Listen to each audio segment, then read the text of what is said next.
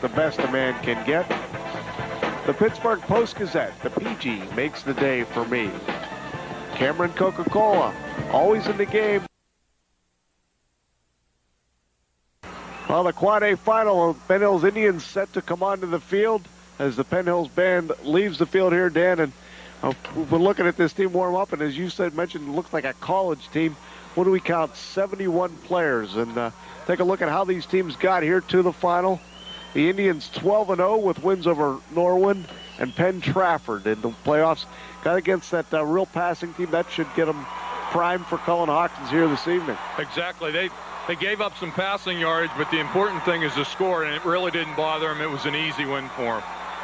And obviously no trouble at all with Norwin in the first round. Look at the Upper St. Clair road to the final here for the 7th time in the last 8 seasons. A big win over North Hills at home in the first week. A lot of people had them underdogs in that game. They shut down LeVar Arrington, just 44 yards in that game for him. And then the big win, Seneca Valley at North Allegheny last Saturday afternoon. And McCardle had a big football game in that day with Jason Daly catching a couple touchdown passes. Yeah, it's a good Seneca Valley team that they beat. You know, as the WPIAL Quad A season went on, North Allegheny was favored early on. They were ranked in the USA Today. Then Seneca Valley came through, beat NA, and then Penn Hills has kind of taken over the limelight since then. Now they're ranked in the USA Today 12-0. You take a look there, you look at the way things have gone for Upper St. Clair over the last 8 seasons. And back in '88, the first year they won the WPIAL, they were not involved in the PIAA playoffs, and Central went on to win the state Quad A title. That was the first year it was ever contested. And then, of course, they went on to beat North Hills in the final in '89 and go undefeated. Doug Whaley, Pete Abebe, and win that state championship. They didn't make it in 1990. I don't know what happened that year, but Coach Render, I'm sure, has got an investigation into it. They lost to Connellsville in '91. That was our first year seeing the Panthers here at Three Rivers, and that was quite a contest. But then came back to beat North Allegheny the year after that, and then Stan mentioned the last 2 weeks or 2 seasons losing to the state champions. Exactly. Actually, the last 3 seasons, McKeesport won the state champ. North Hills won the state champion, and even the year Upper St. Clair won the WPIAL, they lost to Cumberland Valley, who went on and won the state championship. See the captains meeting at midfield. Cullen Hawkins, number 21 for Upper St. Clair. David Kern, number 7, a linebacker and tight end for the Panthers. And there you get a look at the size difference there with the Penn Hills players. We're going to have the coin toss, and let's go to the officials on the field if we can. See if we can pick up that mic.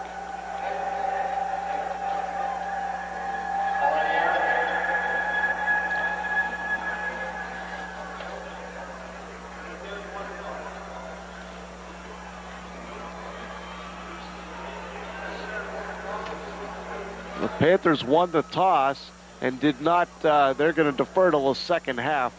The Jeremy George, one of the number 33, one of the captains for Penn Hills, along with number 75, Mike White, number 65, Damon Gibson.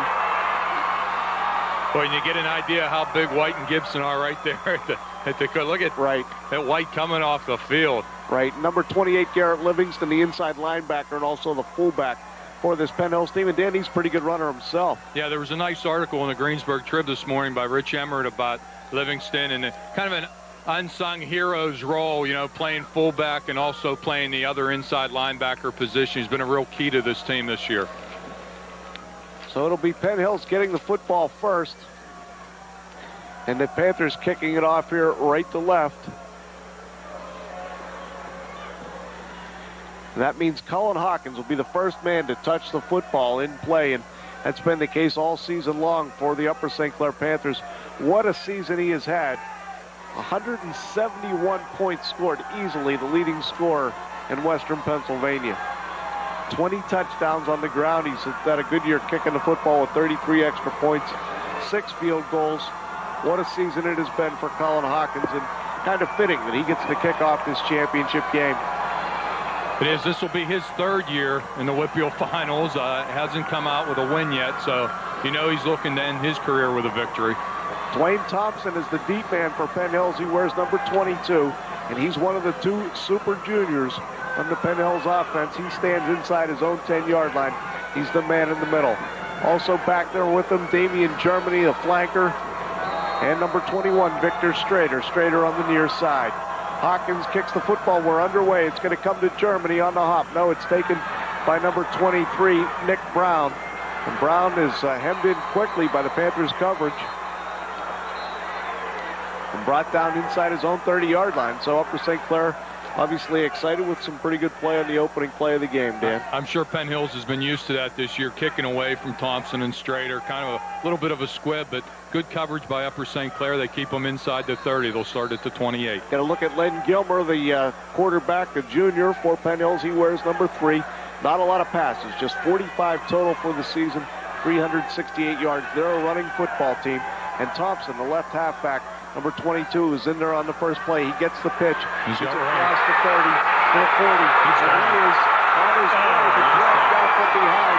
Bob Bunn, the linebacker from Upper St. Clair, the junior, makes the touchdown-saving tackle for Penn Hills in early business in Upper St. Clair territory. So the Indians start quickly. You see there at the end of the play, and Bunn just reaching out and pulling him down by the back of the neck there. Just a student body right, and Thompson did a nice job getting around the corner, but credit really goes to the blockers. Look at the lane right there. They really do a good job giving him a running lane, and he does the rest. A downfield block by DeMond Gibson. It's again, this is Strader. Gets his first carry from the tailback spot, and he picks up 5 on first down. I think there's a penalty movement on Penn Hill, Sean. That should bring it back. There is a flag in the backfield. And Dan is correct. They'll move that one back so the Panthers can at least take a deep breath here defensively and dig in a little bit. Let's take a look at the rest of that Penn Hills starting offense if we can, as soon as we get the signal. Yep, it's illegal motion against the Indians of Penn Hills. Strader and Thompson are the halfbacks for Penn Hills. Strader still in there, number 21. Number 28 is the fullback. That's Garrett Livingston. The pitch to Strader. He'll try the right side. He has room, but he's hemmed in nicely on the near side as number 99, Alex Olshansky, came down the line. Pete Phillips came up to make the first hit for Upper St. Clair, number 11. They're going to continue to run these sweeps. There's going to be a lot of pressure on the St. Clair linebackers and cornerbacks, defensive backfield to come up and make that play. Get a look there at the offensive front. And as we mentioned, Gibson and White, the big guys for Penn Hills. Di Natale, the tight end. Second and just about 10 yards. It's Thompson on the carry. He takes the pitch. And the Panthers reacted quickly. He picked up about 3 or 4 yards on the play, but was unable to break the long one as he did in the first play offensively. Aaron Coe, number 66, out there, and along with Doug Glynn, number 85 for Upper St. Clair, and of course David Kern, number 7, the ever-present linebacker and defensive captain for Upper St. Clair. St. Clair has seen a similar type team that they saw last year in the championship game against McKeesport. Not only is Penn Hills big, but they also have great speed, as they've shown already in the backfield. Nose tackle for Upper St. Clair is number 77, Justin Baer. And he pushes the line back. And Strader's looking for room. He's in trouble. He's lost 4 or 5. And yep, Upper St. Clair's going to take him down for a loss. It's Jason Basson, the man to finish him off. Big number 75 along with Bob Bunn. It's going to set up 4th and 10. And the Indians going to have to punt the football after what appeared to be a promising start offensively. Well, you see the lead fullback. He just got pushed right back, and that clogged everything up. Let's see if I can get a number on that. And by the time he had to reverse his field, St. Clair did a good job on the weak side pursuit. Dave Zakia on to punt the football for Penn Hills.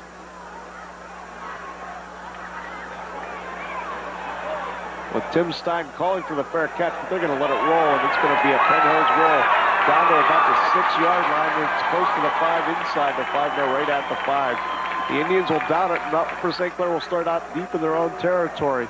So we'll take a commercial here, and we'll be back with Upper St. Clair's first trip on offense right after this. No score in your Quad A championship. As they line up here, 1st and 10, here the Indians, Mac McCardle, number 3, the sophomore quarterback under center. That's Pete Phillips, number 11 in motion to give us to Hawkins. He's across the 5 and met right at the 5-yard line by the Penn Hills defense, as the defensive wall did not give number 88, the linebacker, the heralded linebacker for Penn Hills, make the play. Actually, that was Livingston, 28, I guess, the other linebacker next to Ron Graham. Sean, there you saw Mac McCardle's stats for the season, and Penn Hills continues in this defense. They came out that time in a 6-man front. They're almost daring him to throw the ball. Now, Rick Prosco, number 72, of course, is the junior center for Upper St. Clair, and he lines up right against the big man for Penn Hills. There goes Tim Stein into the flanker spot. He's in motion. The fake to Hawkins. McCardle will throw from his own end zone. Has a receiver, as Dan said, and it is Tim Stein, and he's got a first down. No, they're going to mark him out of bounds right at about the 14-yard line. He's going to be a yard short of a first down. Set up 3rd and 1. Penn Hills is starting with 4 down linemen, Sean, but the linebackers are really playing tight. It's almost a 6 or 7-man front. If McCardle can get any time at all, it's really just one-on-one coverage in the secondary. That's a lot of pressure to put on your secondary, especially when you're playing against a pretty good quarterback who's going to hit somebody if they're open. And you saw it right there on the replay. Stein's right foot coming down on the line right after his left foot came down for the completion. As we said, McCardle's the quarterback. And here comes the pitch to Hawkins. He's going to try the left side, but whistles blow, flags fly. It will be no play. Bob Bunn, number 33, is the Panthers fullback. Eric Render, the tight end, number 19, the coach's son, Justin Jr. That's going to be on Penn Hills, and that's going to give them a first down. And it gives me an opportunity to ask, you know, I should know better than to second guess a coach who's won 217 games, but Coach Render's used to it by now. They deferred. And we talked about it before the game. If St. Clair, to be in a game like this, has got to score first, maybe get ahead and, make it almost a shootout against a power team like Penn Hills. I think it was psychological more than anything. We're not intimidated by you. We're not scared of you. We'll come out and play defense against you. I really think that was psychological because we've seen him coach over the years. That's not something he typically does. So far it works, and Hawkins on the carry across the left side, across the 20 to about the 22-yard line, before he's brought down on the play by Garrett Livingston for Penn Hills. Also helped out on the play by Jeremy George, number 33, the senior defensive end. And look at Gibson there being blocked by Aaron Cohen. Yeah, he's telling me he's grabbing me by the jersey, which he was, but if you keep your hands in tight, you can usually get away with that. 2nd and 6 from the Panthers from their own 24-yard line. You see Eric Render, the tight end, switch sides. Phillips comes to the near side as a flanker. McCardle wants to throw the football, and he has Jason Daly, the split end, and it's first down yardage, but it's going to be no catch. Incomplete. The coverage on the play by Dwayne Thompson, number 22. For the Indians, and Panthers throwing early in the down and distance here, Dan. Something not at all unexpected with the way Mac McCardle's been throwing the football in recent weeks. Now, as I said, if you take a look at the way Penn Hills is lining up on defense, they're really bringing everybody. They're almost forcing them or daring them to throw the ball. By the way, I want to mention Corey Connors, number 69, in there instead of number 76 at the defensive tackle spot for Penn Hills. Connors playing on the right side, the near side of the field. McCardle fakes it to Hawkins, goes down the middle of the field, has a wide open Pete Phillips. Well, not really wide open. The ball a little bit too far as Phillips was being covered on the play by Damian Germany, but he had a step on him, Dan. But it's actually a perfect call, Sean, because there's no free safety for Penn Hills. You'll see him come over late, but he was double teaming the wide receiver on the far side. He gets over there to help out, but the middle of the field is wide open. That's an excellent call. They just weren't able to make the completion. Yeah, Mac just got a little bit too much air under that football. And Panthers have to punt it away. That's Mike Junko. And the ball's going to bounce. Pete Phillips going to down it right about the 48-yard line. Now Penn Hills, so the Indians get good field position here to start things off for the second time.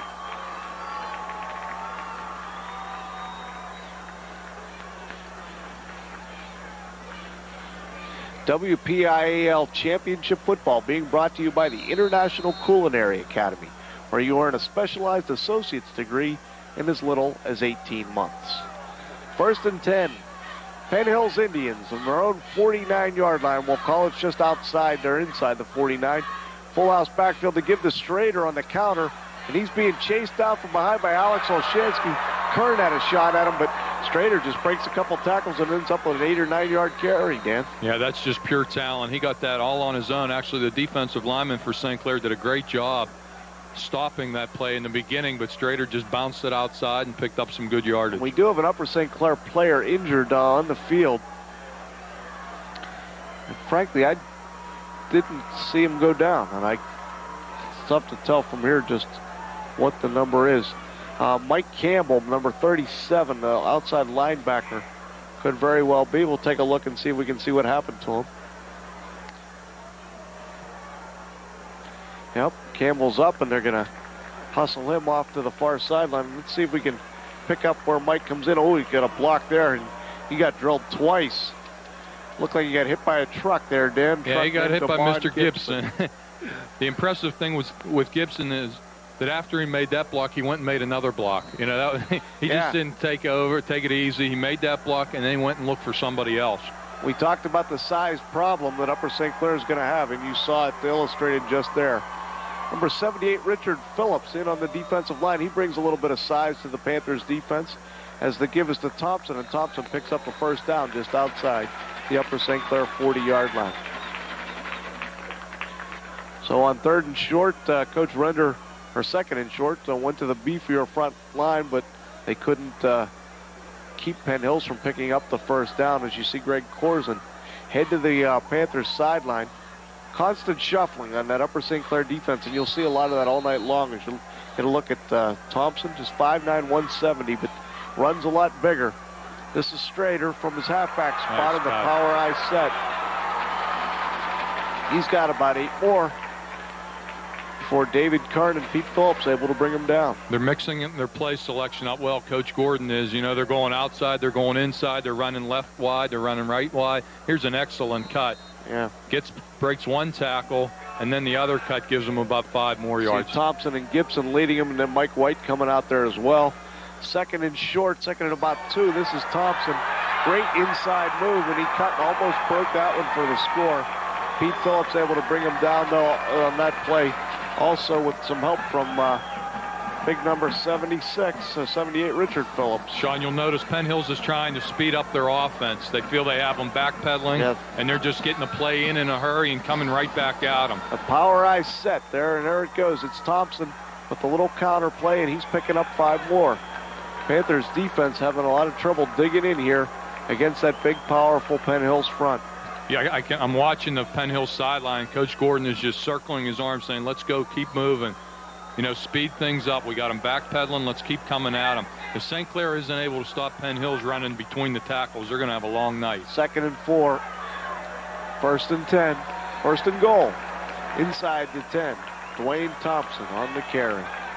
And they're rolling them up. Yeah, well, now's when you go back outside. You've run inside the last 2 or 3 times. You've gotten good yardage. Maybe you fake to your fullback and kick it to the outside. Now mark it just outside the 8-yard line.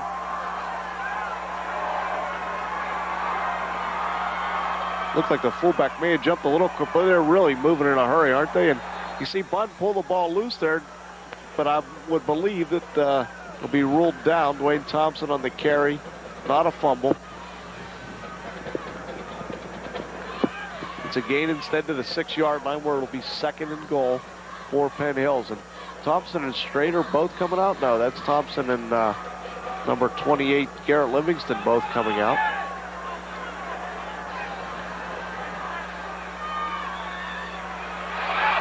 This is Strader. He takes it down to the 1 for Jason Basson, and Pete Phillips able to bring him down. Hearing a lot of Pete Phillips' name already, and as a quarterback, that's not a good sign. That's not what you want to hear, and if you were wondering why Penn Hills quarterback Len Gilmore's only thrown the ball 45 times this year, now you see why. When you can run the ball like this, there's really no need.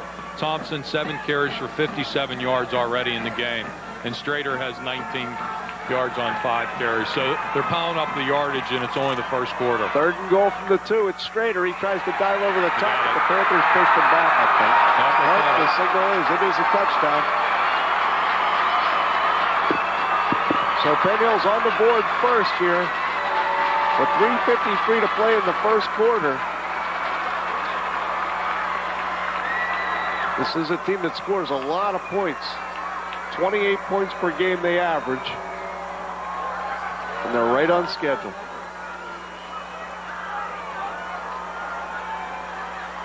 Watch him get up in the air. He sees there's a lot of traffic there. And he decides right about here he's going to go over top, and he gets a good spin. Dave Zakia on to attempt the extra point. The kick is up. It's good. And it's a 7-0 Penn Hills lead. We get another shot at the touchdown. Just had it all and just reached the ball over the goal line right there. There's the touchdown. And with Penn Hills leading Upper St. Clair, we'll be back with more first quarter Quad 8 championship action right after this. At Computer Tech, where you earn a specialized associate degree in just 18 months. Well, Dave Zakia will kick it off here, and the Panthers will get to run one back for the first time here tonight. Then they had an opportunity to do it. We questioned it, but it seemed to work out the way the Panthers had wanted early on. They got the ball, just couldn't move it downfield, and Penn Hills just an awesome offensive display as Zakia's kick goes out of bounds. That'll give Upper St. Clair the ball, where, on the 35? No, they penalize them. That's a penalty, that's correct. I believe in high school it's to the 40. I might be wrong. Maybe it's the 35. Let's see here. We'll see what the official says. Sean, the big key with, deferring on the kickoff for Upper St. Clair was that the defense wasn't able to keep Penn Hills down in their own end of the field. A lot of times you do that for field possession. As you recall, Penn Hills' first possession, they broke off that long run, and all of a sudden the field possession is different. Penn Hills had the punt. St. Clair has the ball in their own end. Right. They get off a short kick. That second possession for Penn Hills, they started at the 50. They were playing on a short field. Well, that bad kick by Zakia gives the Panthers 1st and 10 at their own 35 and good field position for Mac McCardle. You see Render switching sides, and along with Tim Stein, the flanker on the far side. Jason Daly split to the near side, but it's Hawkins, the tailback, and he just got about a yard over the left side for Upper St. Clair. Number 89, the man of the hour, Ron Graham, just a junior, inside linebacker for Penn Hills, made the play, and he is really something. Well, again, Penn Hills is really selling out on the run. I think St. Clair needs to go back down the middle of the field, maybe using their tight end or trying to slide Cullen Hawkins out in the flat or down the middle of the field, because they're really coming. There's nobody in the middle of the field in the secondary. Split backs, Upper St. Clair. You see you saw the graphic, 40 yards last week for Hawkins against Seneca Valley. Well, Mac McCardle took that game over with his arm, and here he is, maybe to throw it. No, he's going to tuck it and run, and he picks up about 8 yards, loses it on the fumble. We've got a loose ball in the middle of the field, and it looks like Penn Hills is in the best position to recover it, but we'll have to see after they unpile that mess. Yeah, they do have it. Football. There is a flag down, but I think it's a holding because it's in the backfield of Upper St. Clair. We'll have to take a look at it. On the rollout by McCardle, they threw the flag. I'd have to guess that's a holding penalty. So the play will stand. One would think. And it is. Yep. First down. So the Indians get a break here with 2:57 to play in the first quarter, leading 7-0. You see, here's McCardle. And it looked like a pretty good decision. He got outside. He was being pressured from the back. And it was a real good decision. He just didn't hold on to the ball. There it is, the backside hit. You see it happen so often. You're not expecting that. And I believe that was 89 Ron Graham who knocked it loose. But it was a good run by McCardle. He almost picked up the first down, but unfortunately, great pursuit by Penn Hills, and they stripped the ball, and they're back in business. Pickup of about 7 yards on first down. It's 2nd and 3 for the Indians. Just outside the Upper St. Clair 41-yard line. See Graham go in motion, throw that block off tackle, and he just run Thompson right up in there behind him, and he's close to a first down.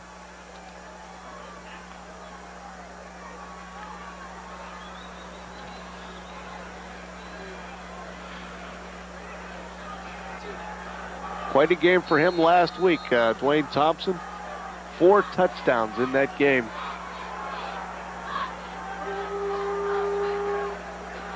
Now he's on a pace for 175 yards in this game. Yep. He had 175 in that one, and there's a run up the middle by Thompson again. He's got the first down and down near the 30-yard line as they're just moving it through this Upper St. Clair defense. And the question, you know, if they're doing it this early, this easy, this early. And the concern for Upper St. Clair, as I mentioned earlier, Sean, is they're doing it between the tackles. And with their speed, if they're able to go inside, sooner or later, they're going to, you know, go student body right again or kick it to the outside. They have to be able to shut them down between the tackles and dictate the kind of plays they run. Thompson will try the left side, and the Panthers stacked him up. Doug Blinn in there to help make the play. Not the first man there. The first man, I believe, is Cullen Hawkins. You'll see 21 come from the bottom of that pile. Aaron Coe kind of held his ground from the tackle spot. But Hawkins comes from his linebacker spot or his corner spot on the right side and got the first hit on Strader. Sets up second and a long 8 for Penn Hills.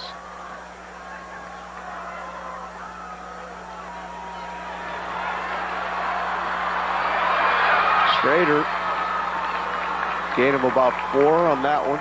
And there's about 3 St. Clair defenders laying on the ground. They all had shots at him. One had a shot at him in the backfield. He was able to slip that tackle and kick it outside. Well, Neil Gordon has said that he thinks both of these backs are probably Division I backs. And, well, that's something. Can you imagine that? And they're in the same class. It's not like one's a junior or a senior. Exactly. I'll have both these guys again next year. And they sure look like it, don't they? They sure do. So far, anyhow. 8 carries, 32 yards for Victor Strader.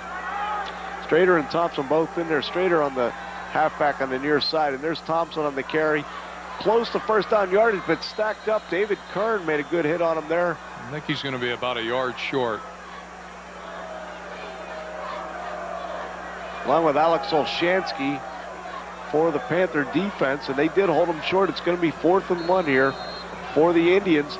Upper St. Clair held him once on 4th down. So already our first big play, the last play of the first quarter. St. Clair needs to change the momentum around. This is where they do it. Clock under 30 seconds here, as you see in the top left of your screen. They give us to the tailback, and he's got the first down Strader easily. He's down to about the 15-yard line to set up shop, and may or may not be. See, as they move the sticks, we're down to 14 seconds. Going to look there at head coach Jim Render, and obviously not pleased with the development so far, but as we mentioned early on, just getting this team back here again. And it's one of the big problems that we talked about. Look at the record in 8 years at Upper St. Clair. 91-12-1. But that is the end of the first quarter of play here at Three River Stadium. Sean Doherty, Dan Donahoe bringing you the WPIAL Quad A Championship here on Prime Sports. It's 7-0 Penn Hills. Well, there you see it. It's 7-0 here after 1 quarter of play. And we'll take a look at first quarter stats. And as the Penn Hills Indians get set to go here on 1st and 10 at the Upper St. Clair 15-yard line, 110 yards rushing. We'll look at the stats right after this play. But already, and that's why they lead it 7-0. Look at the run there by Strader as he's down to almost another first down pickup before Chris Tadaro is able to help bring him down for Upper St. Clair along with Alex Olshansky and Doug Blinn. And Dan, there's the numbers, and they're not pretty if you're an Upper St. Clair Panther fan. No, they're not. 110 yards rushing in the first quarter. Thompson was 70 yards. Strader with 40. He just picked up another 9 or 10 yards. So he's got 50 yards. They now have 120 rushing yards. And you're almost getting to the point where St. Clair has to start gambling. There you see it. There it is. David Kern on the blitz, but he doesn't get to the right guy. And it looks like another first down pickup for Penn Hills. It is a first down pickup for Dwayne Thompson. Easily, he's going to set it up here, 1st and goal for the Indians. This looked like offsides, but they didn't call it. But a nice block. And they're just pushing them back. By Garrett Livingston, he picked up the blitz and kicked them out, and that opened up the hole for the first down. Coach Gordon will grade you with an A so far. Yeah, that's the kind of thing that doesn't get picked up all that often. But you mentioned Livingston, the senior fullback who saw Kern coming and just shielded him away. There's Tadaro got wrapped around the running back on that play, but still a pickup of a yard. He's down almost into the goal line here on second. They're going to give it to him. It is a touchdown. Must have been laying across it. They couldn't tell until they dug him out a little bit and saw that he was laying in the end zone. So Strader and Thompson each have one here with just 10:51 to play in the first half. It's Penn Hills out to a 13-0 lead. It's my first chance to see Penn Hills this year, Sean. I think the thing that impresses me most about Thompson and Strader is they're just not fast. They're just not quick. They break tackles. I mean, he broke 2 tackles just gaining that 3 yards. They're running through people. And Strader holds for Dave Zakia, so they're versatile as well. On to attempt the extra point. Zakia's kick is up. It's perfect. It's a 14-0 Penn Hills lead in the Quad A championship. We'll take another look at the touchdown and see if we get a clearer look from another angle as to how he got in there. Thompson with the short touchdown run. Coming right at you. And there's 2 guys who hit him, and he carries them in. Yeah. There's the third. I mean, that's just a nice piece of running. You see them just pushing the guys in the middle back. So it's a touchdown for Dwayne Thompson and a 14-0 Penn Hills lead here early in second quarter action. Early on in this game, Penn Hills was running outside. They were pulling linemen. The last 2 possessions, they've just played straight ahead football. They're just going right at them. Man on man, blocking straight ahead, nothing fancy. They're just coming at them. The prize fighter, Route 51, Bell Vernon. Zakia's kick is up, and Hawkins going to field it at his own 7-yard line for Upper St. Clair. Across the 20 to about the 23 on the pickup.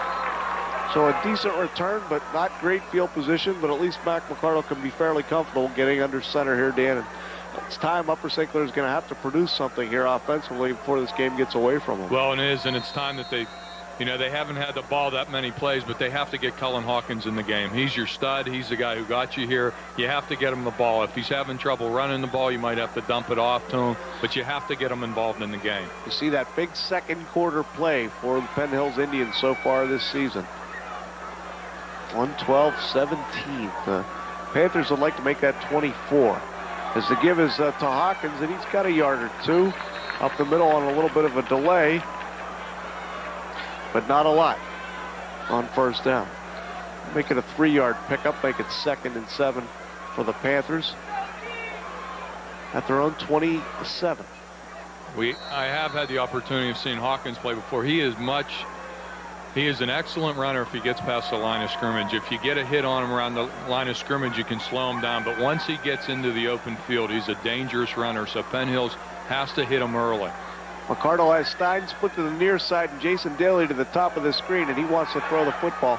He goes over the middle to Eric Render, but the ball falls incomplete as Render was covered nicely on the play by the Upper St. Clair linebacker, by the Penn Hills linebacker Jeremy George, number 33, who's actually listed as a defensive end. McCarter rolls right and throws back across the grain.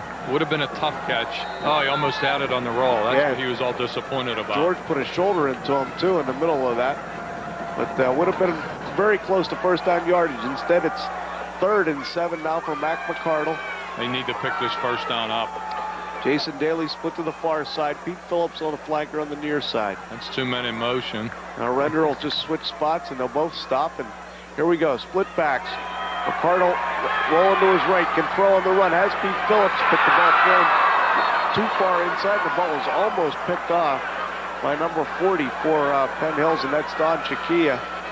Carter only 1 for 5. He hit on his first one, but he hasn't connected since.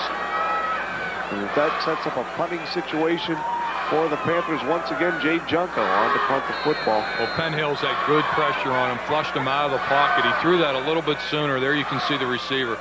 He threw that sooner than he wanted to, but he really had no choice, and he was not open. Looked like they were on the wrong page. Maybe Pete Phillips is trying to stay away from the defenders, and McCardle maybe expected him to be a little bit more inside as Thompson takes the punt and goes out across the 45-yard line to about the 48-yard line. We're going to take a break here with Penn Hills leading Upper St. Clair 14-0 in the WPIAL Quad A Championship on Prime Sports. Indians band celebrating. They lead at 14-0. The Quad A final over the Upper St. Clair Panthers. And Panther defense, Dan, I don't know if we had some adjustments there, but Victor Strader stacked up on first down. Penn Hills has been averaging about 6 yards per play. That's key, stopping them on first down. Chris Tadaro in the middle of that one, number 34, the linebacker, along with Aaron Coe, Doug Blinn helping out as well. Tadaro goes out of the lineup as Upper St. Clair switches things around a little bit. We've got Matt Ellis, number 42 in there, maybe a bit of more of a cover man, but heck, Penn Hills doesn't throw, so that's not the idea. Ellis at the linebacker spot on the near side. He's actually playing, I guess, on the corner.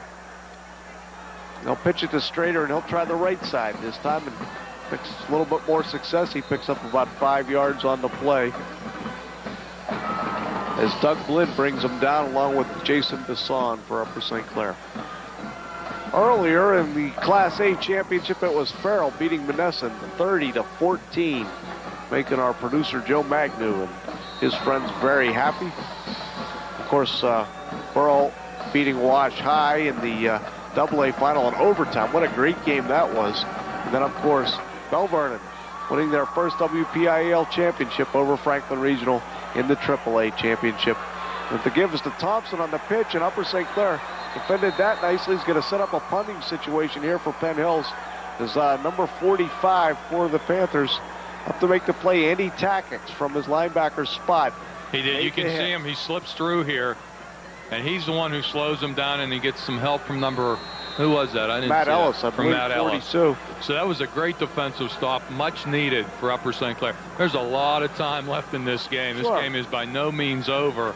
The Penn Hills has dominated it early. Stein and Hawkins deep to return Dave Zakia's punt. Zakia standing at his own 39. He'll punt it from about the 42. And it's off the side of his foot. Pete Phillips almost got hit by it, and then he falls on it. Now Upper St. Clair will take over at their own 24. A little scary play there for Pete Phillips. I didn't see that ball coming down. You pretty much see this throughout today. These teams aren't really used to playing on AstroTurf, and it's a lot different fielding a punt on AstroTurf. One, you shouldn't let the ball bounce if you can avoid it.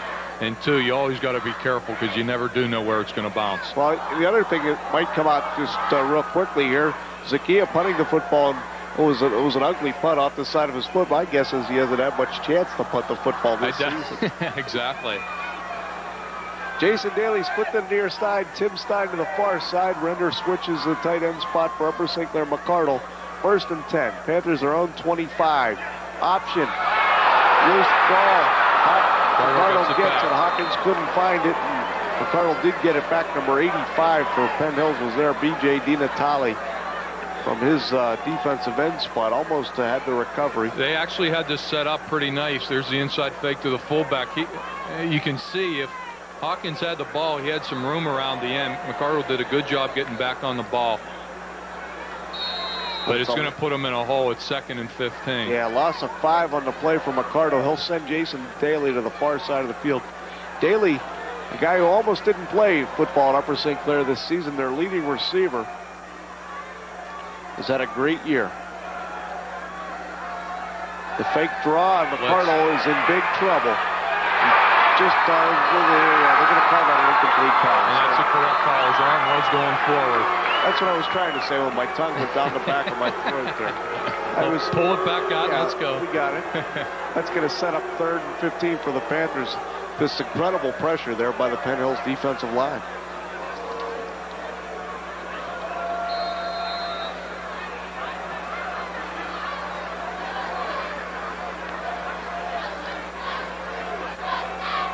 Here you see the blitz, number 26, I believe it is. There he goes. And see, there's just a missed block by Hawkins. Yeah. He goes out into the play. On the fake right instead of taking a guy out.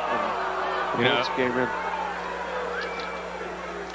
Number 26, Dorian Atkins. There's a draw, and Hawkins, a big run, but he's not going to get quite the first down yardage as he gets out across the 30-yard line. And they have not picked up a first down yet. I was just starting to wonder. No, they have not. No, they haven't. Just going to say, Dan, you know, when anybody that's seen Coach Render's teams a lot knows he's pretty big on gadget plays. And would have thought, you know, maybe on 3rd and 15, but deep in your own territory, not always a good idea. Went with the draw. They didn't get it. Junko on to punt it. It'll be Strader. It's Thompson at the 35. Covered nicely by Upper St. Clair. The first man down there was number 30, Dan Emmerich, senior fullback. Thompson did a good job of fielding that ball off the first bounce because, again, if he doesn't get it, it's going to roll about 10 or 15 more yards.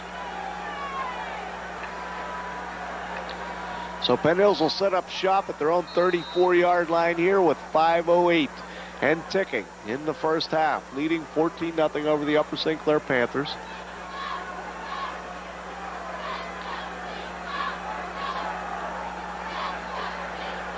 Junior quarterback Len Gilmer. The pitch is to Thompson. It's real easy to know who gets the ball. It's either Thompson or Strader. Take your pick. You got a 50-50 shot. Occasionally, it's Garrett Livingston, the fullback. We have another injured Upper St. Clair Panther as the Penn Hills trainers quickly out onto the field. And here come the Upper St. Clair trainers across to look at him. And it's the big fella, Jason Bassan, I believe. No, it's not Jason, because I see him standing at, we'll have to wait and see.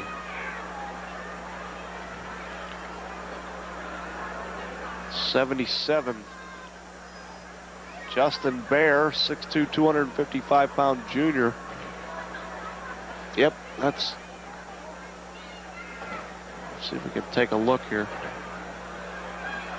On the left side of your screen here. There he is, right behind Hawkins. Yeah, Hawkins and Kern and big Penn Hills player, they all kind of converge. His right foot kind of rolled underneath him there. This doesn't look good for Justin Bear, at least for the rest of this football game. You know, as quickly as those Penn Hills trainers came off the bench, you knew it was something fairly obvious. And unfortunately, you can see there Justin's in a little bit of pain. More than a little bit, I would guess. Yeah, I think you're right. He's had a fine season for Upper St. Clair. His left guard spot, that's going to, you know, we talk about the having trouble keeping out that Penn Hills pressure. Now they lose left guard, starting left guard, and a big fella. It's a left ankle or left foot there, as you see him being carried off. That's a tough loss for the Panthers. Probably will mean that somebody else will just have to go two ways. My guess, we'll check that out when the Panthers get it back offensively.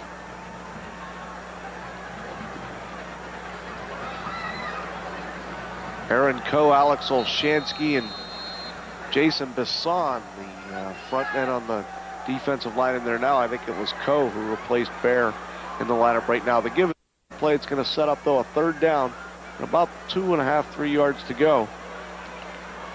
Again, pretty good penetration by St. Clair's line, but Thompson's able to slide through there for 3 more yards for a third and about 3.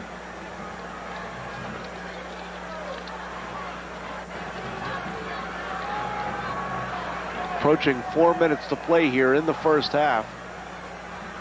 Damian Germany split to the near side, but they give us to the tailback Thompson, and he's stopped what appears to be short of first down yardage. I think he's short, and that's going to put Coach Gordon in a tough spot.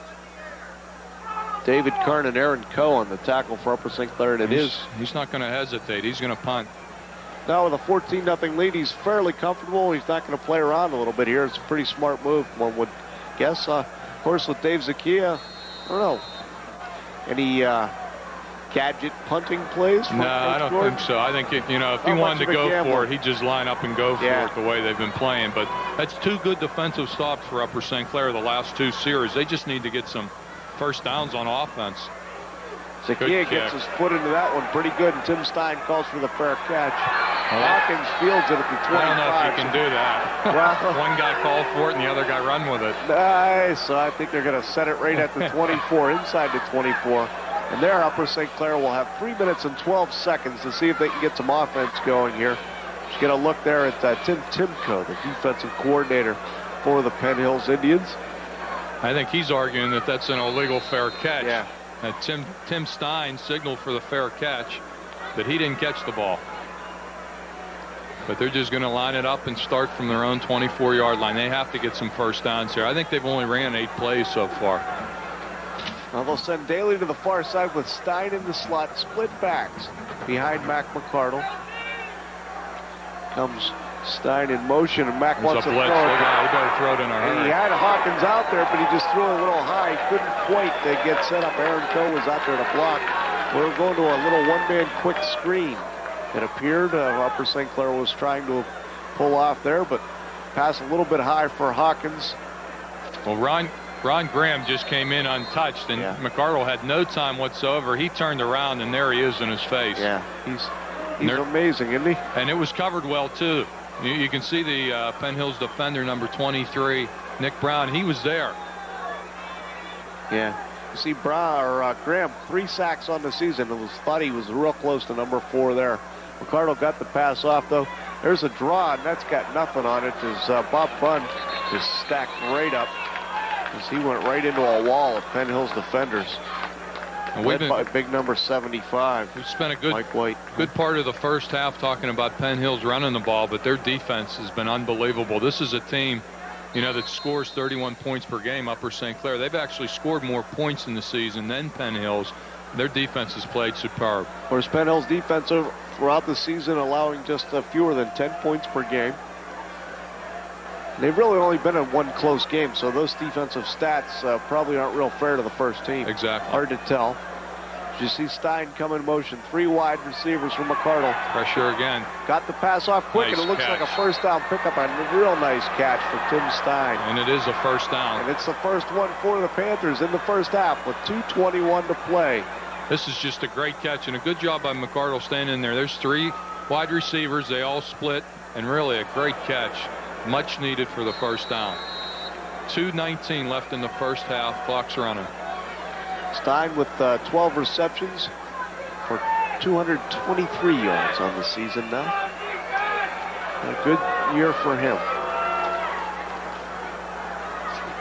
Pete Phillips replaces Stein, goes in motion. Bunn alone back. He's got Pete Phillips open, but couldn't complete the pass, and Strader got over there quickly into coverage, and the pass kind of turned him around a little bit, Dan.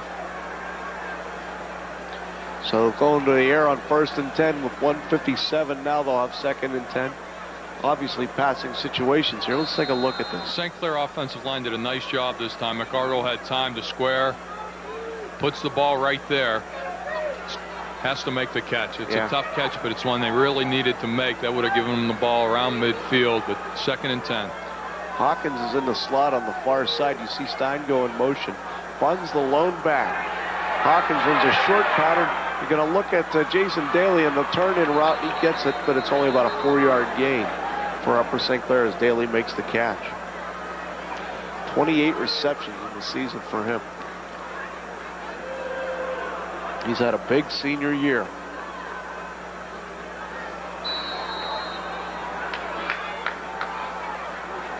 Clock continues to run at 1:30. St. Clair has all their timeouts. I would assume if they pick up the first down here, you'll see them start to use their timeouts. 3rd down and a long 6 from McArdle. Bunn and Hawkins behind him. Gonna fake it and try to go to Hawkins a little through the line and out. He was covered nicely on the play by Garrett Livingston, and the pass incomplete. So Upper St. Clair will punt the football away here with 1:10 to play in the first half, trailing 14-0. I couldn't tell if that ball was tipped, but it was a wounded duck going out there. McArdle's 3 for 8. There's been a couple drops, but that ball just didn't look good. Here you see, there it is, tip. Yeah, that explains it.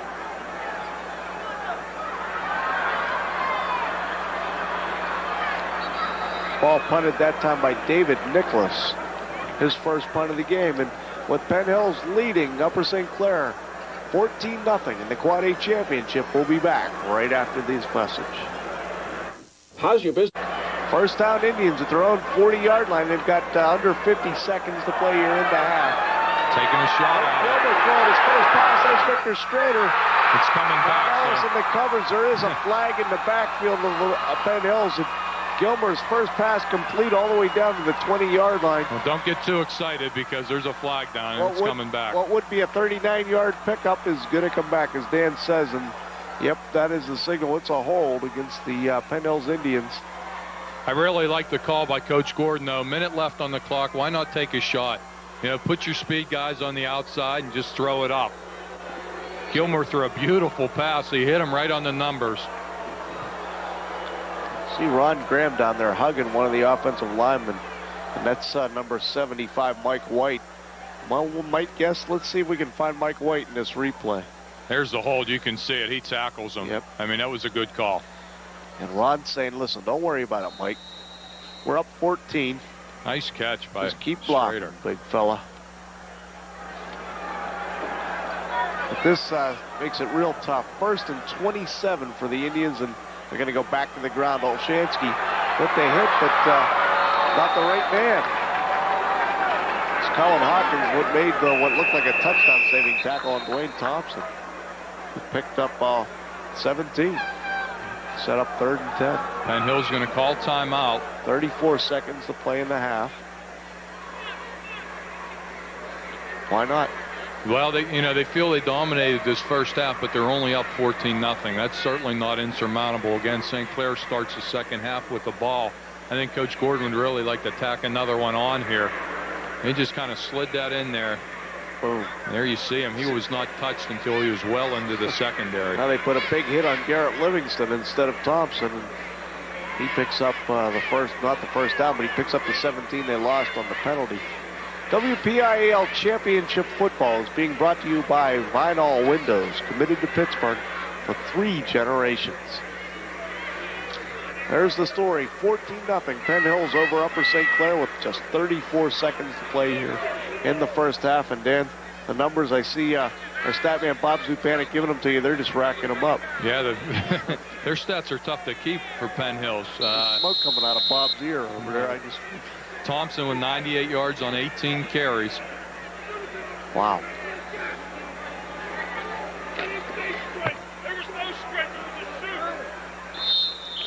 That'll set up 4th down and a couple yards to go as Doug Blinn was able to stop Schrader before he got to the first time. As you see, Justin Bear. Not a good sign. Headed to the Upper St. Clair locker room on crutches. Well, that was an interesting call, Sean, because it's kind of confusing as to why they called timeout.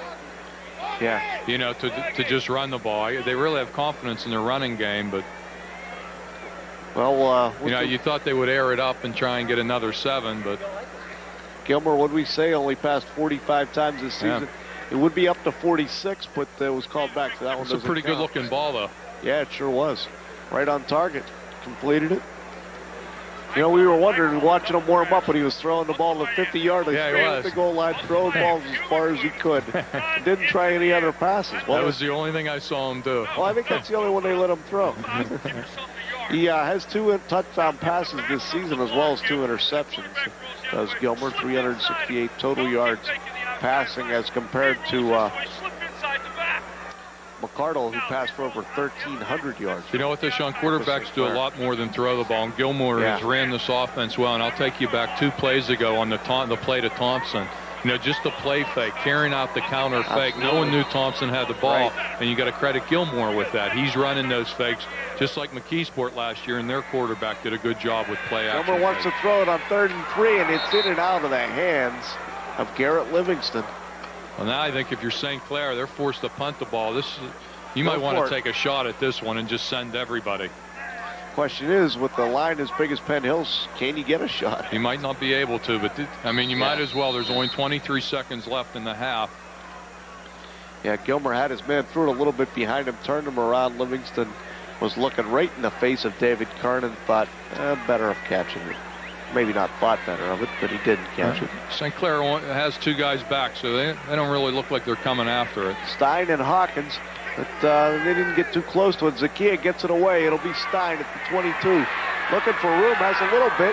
He's got around 1 man. He's going to go out of bounds about the 30-yard line and stop the clock with 13 seconds to play here in the first half. The question now is, does Coach Render put it up a few times or just take it to the locker room? It's only down 2 touchdowns. Yeah, I think you put it up. Again, starting the second half with the ball is a big factor. You know, they're going to get the ball. They're only down 2 touchdowns. Don't waste any possessions. When you're down 2 touchdowns, you might as well use them. Well, we'll see what Coach Render feels. Here comes McCardle into the huddle late with the play, so one would think they're going to try something, at least one play anyhow. Junior center Rick Prosco out over the football. Daly split to the far side. You see there Render and Pete Phillips switching. The flanker Phillips on the far side now as well. Split backs. McCardle back straight. Pumps and wants to go to Pete Phillips. He has him at the 48 for the completion with 6 seconds and a timeout called by the Panthers with 6 seconds to play, and Dan called it. It was a pretty good pickup, their second touchdown or second first down pickup of the half for the Panthers. WPIAL Championship Football is brought to you by Waynesburg College, where opportunities begin. Rollerblade and Rupp's Hockey Supply, 2 locations in Pittsburgh, south in Mount Lebanon, and north across from the Ross Park Mall. By Instant Replay Video Productions for all your video needs. And by Powerade, the official sports drink of the WPIAL. And if you're my nephew, you call that Powerade. Well, we got 1st and 10 at the 50 with 6 seconds left. St. Clair has 2 timeouts left.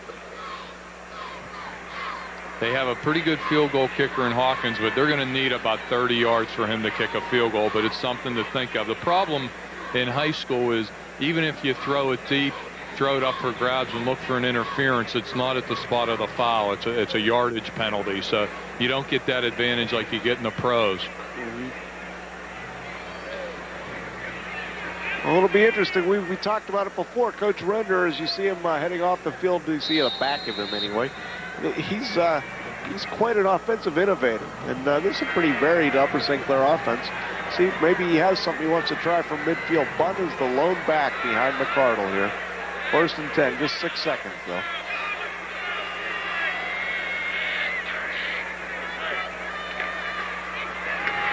Stein streaking down this side. McCardle's going to tuck it in. He's got a couple guys open. Couple pumps. He's going to run out the clock though. He can't run for the touchdown, so that's going to end the first half of play. We'll see if the Panthers can get it going here in the second half. Zakia to kick it off for Penn Hills. And how about that? Mike White at 295 pounds is on the kickoff team for Penn Hills. He runs right down the middle of the field, and he moved well. It's Daly who finds room, and he's across the 35, the 40, and 45-yard line. A nice return. Upper St. Clair in business at their own 46, Dan. And that's a positive start for Coach Render's Panthers. That's a real positive stop. And great job of blocking, too. They created a nice little seam for him up the middle. Then he saw some daylight on the outside, showed some good speed. Here it is again. You see, they tried to break the wedge up, but he made a nice cut here, and there's the lane. And then he sees it outside, and he has good speed, switches the ball over correctly, gets around the corner, and picks up about 15 more yards. That's a good start to the second half for St. Clair. A nice block by Cullen Hawkins, the middleman, on the return. So Mac McCardle with split backs behind him, 1st and 10. We'll see what the Panthers offense has in store. Start the second half. It's Hawkins on the pitch for the first time tonight out of that split backfield position. He's wrapped up by Jeremy George quickly and just barely got back to the line of scrimmage before they blew it dead. Well, there was a missed block, and I'm not really sure who missed it. I didn't get the number, but the pitch was there. And I believe it was the guard or the tackle pulled, and for some reason he just didn't block the Penn Hills defender there and left Hawkins all by himself out there. Yeah. If he would have gotten that block, he could have cut inside and had some room to run. Junior Ron Graham helped run him down. He and Jeremy George on the play for the Penn Hills defense, and it's been a great defense so far tonight. Second and a very long 9 for McCardle. He goes over the middle to Eric Render, and the pass is complete for a pickup of about 7 yards on the play. Almost 8. They got a good spot there. They'll mark it inside. That's the play that I was, Sean, that was the play I was saying should be open in the first half because they're really bringing their linebackers, and really the only person back there for Penn Hills is number 40, and he's the only player back there. So if they just run the tight end consistently over the middle of the field, they should be able to pick up 5 and 7 yards at a chunk. Yeah, Chiquilla, the safety, up to make the play. So it's going to be 3rd and about 3 here for McCardle and the Panthers. One back. It's only Hawkins back behind him. That's Bob Bunn. He gets a fake blitz from the backside. McCardle in trouble. Oh, tried to get it to Hawkins. It falls incomplete. Hawkins covered on the play by number 19, Charles Britt. You see Bunn go down as, oh, you gotta hope he doesn't pull a muscle on that. He slipped on what appears to be the wet paint there as dew on the field at this point of the evening. It wouldn't have mattered though. Garrett Livingston was coming from the other side, and again he was unblocked. Another linebacker blitz that nobody picked up. Curtis Crawford came from the near side as well, and the punt is a good one, and it's going to roll down inside the 5-yard line. And David Nicholas has picked up the punting duties for Upper St. Clair. It's the second time in a row he's punted the football, the junior, and they're going to down it at the 5. Penn Hills will start off on offense when we come back. Quarterback Len Gilmore brings Penn Hills to the line of scrimmage, 1st and 10 at their own 5. Panthers in need of a defensive stop here, but the give on is to the fullback on the first play. Now that's the tailback, Dwayne Thompson, on the carry, and he's busted out across the 10-yard line for a good 8-yard pickup, and it's going to set up 2nd and short. Dan, it was an opportunity here for Upper St. Clair to stop and pick up some field position. Exactly similar to what happened to Penn Hills in the first half. They picked up a couple first downs, punted St. Clair down into, bad field possession, but they were able to hold St. Clair. Now St. Clair has to hold Penn Hills. Thompson now over 100 yards on the night, rushing at 106. As the first down is picked up.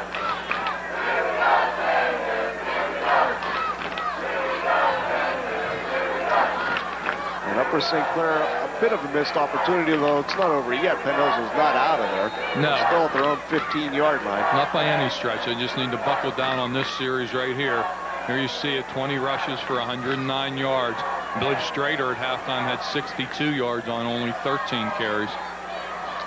Strader and Thompson with 1 touchdown each here in this game. The give is, Gilmore gives it again. This is Strader, though, over the right side. He picked up about 5 on that carry. David Nicholas, the linebacker, who also we just noted was in as a punter, helped to make the play from the backside. Doug Blinn gets the first hit on him. He actually pulls him down, and Nicholas just comes over late. Nicholas and Bob Bunn are I think you're going to see a long run here, Sean, because now St. Clair is starting to sell out on the run. Their linebackers are coming in.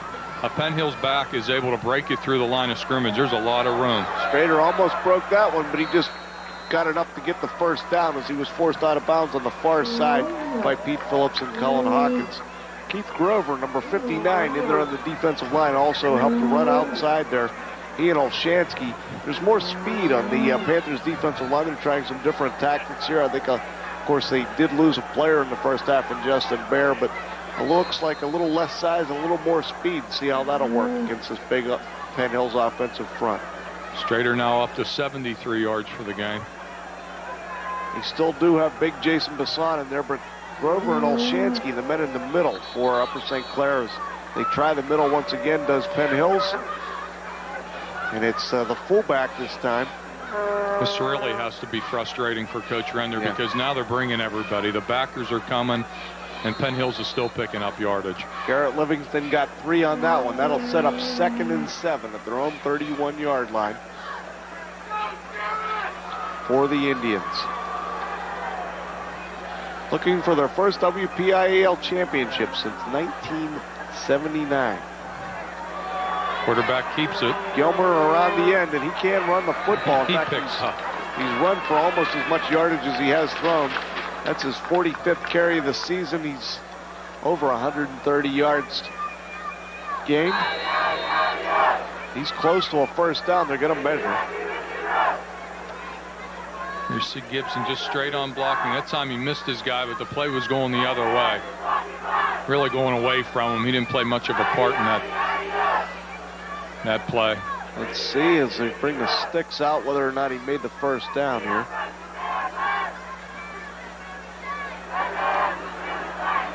And it is very short. It's 3rd and short. Yep. So this is a big down here for the Upper St. Clair defense if they could force Penn Hills to punt, obviously, trailing by 2 touchdowns. They'd love to do that here and maybe pick up some yardage in the field position wars. And a first down here would be awful tough with 7:24 to play here in the 3rd quarter.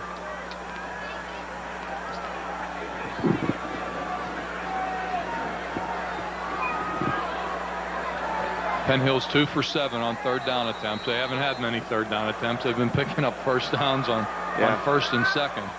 Upper St. Clair with everybody up at the line, and they'll go over the right side. Penn Hills will and get the first down.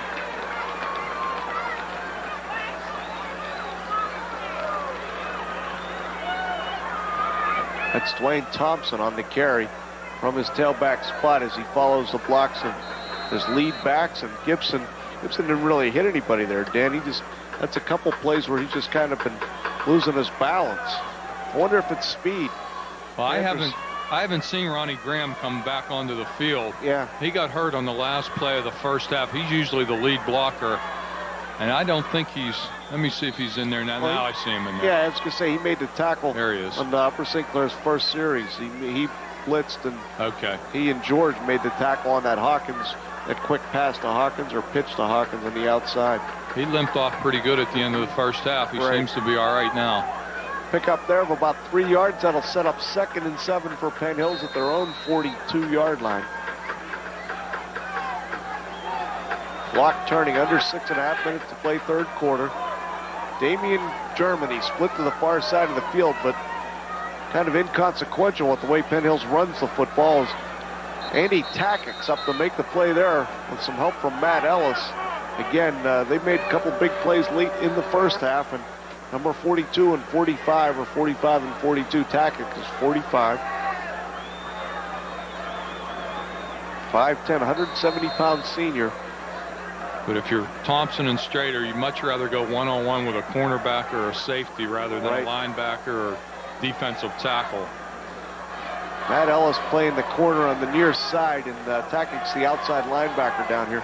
3rd and 6 for the Indians, option pitch. And there's a loose football. Bob Martin has it. And Dan, that could be the break that Coach Render and the Upper St. Clair Panthers have been looking for. Well, that's a big break. It's kind of strange to see him run the option. I don't recall them running that at all so far, but here you see it. Gilmer's pitch is a little bit behind Thompson. He couldn't handle it. It wasn't a good pitch, but it could have been handled. And again, the ball, once it hits the turf, you never know where it's going to go, and it bounced into the St. Clair's defender's hands. And now they got a good opportunity to close the gap. So Upper St. Clair 1st and 10 at the Penn Hills 35. Tim Stein in motion. McCardle on the counter play to Hawkins. He faked it. He's going to throw it to back. Play just tipped and then intercepted. And that's a touchdown for the Penn Hills Indians. 55 yards. Touchdown scored by number 85, DJ DiNatale, the defensive end. He picked it up and took it back. Christmas came early for BJ. That ball just came right into his hands again. It was great pressure on McCardle. We'll have to see if it was tipped or whether, I think as he was being tackled, he just couldn't get much on the ball. We'll have to take a look at it. It appeared to me at first that it was tipped, and here we'll get a look at it. Here you see the pressure again. That's White. No, not that tipped. Wasn't tipped. Again, he just got tackled as he was throwing the ball and couldn't get anything behind it. Well, kind of tough to throw it with a 295-pound guy on your shoulder, huh? No doubt. Zakia on to attempt the extra point. It's up. And it's down. Blocked. Didn't even get that one up, so Penn Hills leads it 20-0 here with 5:10. Here you see it again. Look, there's number 75, Mike White, just barreling through. Boom. Right to him. He had Bob Bunn sneaking out. They faked it to Hawkins and tried to get it to Bunn. And Bunn was open, and he had blockers. DiNatale off to the races. Puts Penn Hills up 20-0 with 5:10 to play in the third quarter of this WPIAL Quad A Championship game on Prime. We'll be back.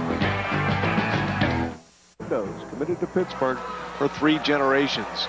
Zakia's kickoff taken by Jason Daly. He had a big run the last one. He's going to rope on the far side. Great move. He gets around the side at 30, the 35-yard line, and again, Upper St. Clair in good operating position for their offense. But they had what looked like a great Christmas gift and just a great play by White. And DiNatale really kind of soured the thing. That's a late hit. 3 touchdowns here. Dan got a late. Should have maybe been a flag there. It definitely should have been a flag. He was 2 yards out of bounds when he got hit. I don't know what the ref was looking at. He was standing there watching it. Regardless, St. Clair starts from their own 32, 33-yard line. But as you said, Sean, they had a great opportunity getting the fumble. They were right back in this game. But unfortunately, the defensive pressure of Penn Hills, which has been the story all game, causes a turnover right back and an easy touchdown. High formation set to give us the Hawkins on the draw. And that's the second time that play's worked rather well. As Colin Hawkins' second sizable run of the night, really only. He gets it out about 7 or 8 yards out to the 38-yard line. across the 38, almost to the 39. It's going to set up 2nd and 3 here for Upper St. Clair. Well, again, this play should work. They put such good defensive pressure on them. A draw is a good way of counterattacking pressure from the linemen and the linebackers. You know, one of the problems St. Clair's had is they've gotten a little bit too fancy with the play fakes and, you know, the reverses and so forth. You know, McArdle's rolling one way, throwing back the other. They need to start doing things a little quicker. He's getting too much pressure on them. Solid block there by Matt Woodford, number 55, the junior. Hawkins picks up the first down out across the 45-yard line. And he got drilled, as Dan said, good hit. Oh, man. And it was made by number 19, Charles Britt from Penn Hills. He's a quarterback. He's a junior. He's a backup quarterback for this team. He's also a hitter.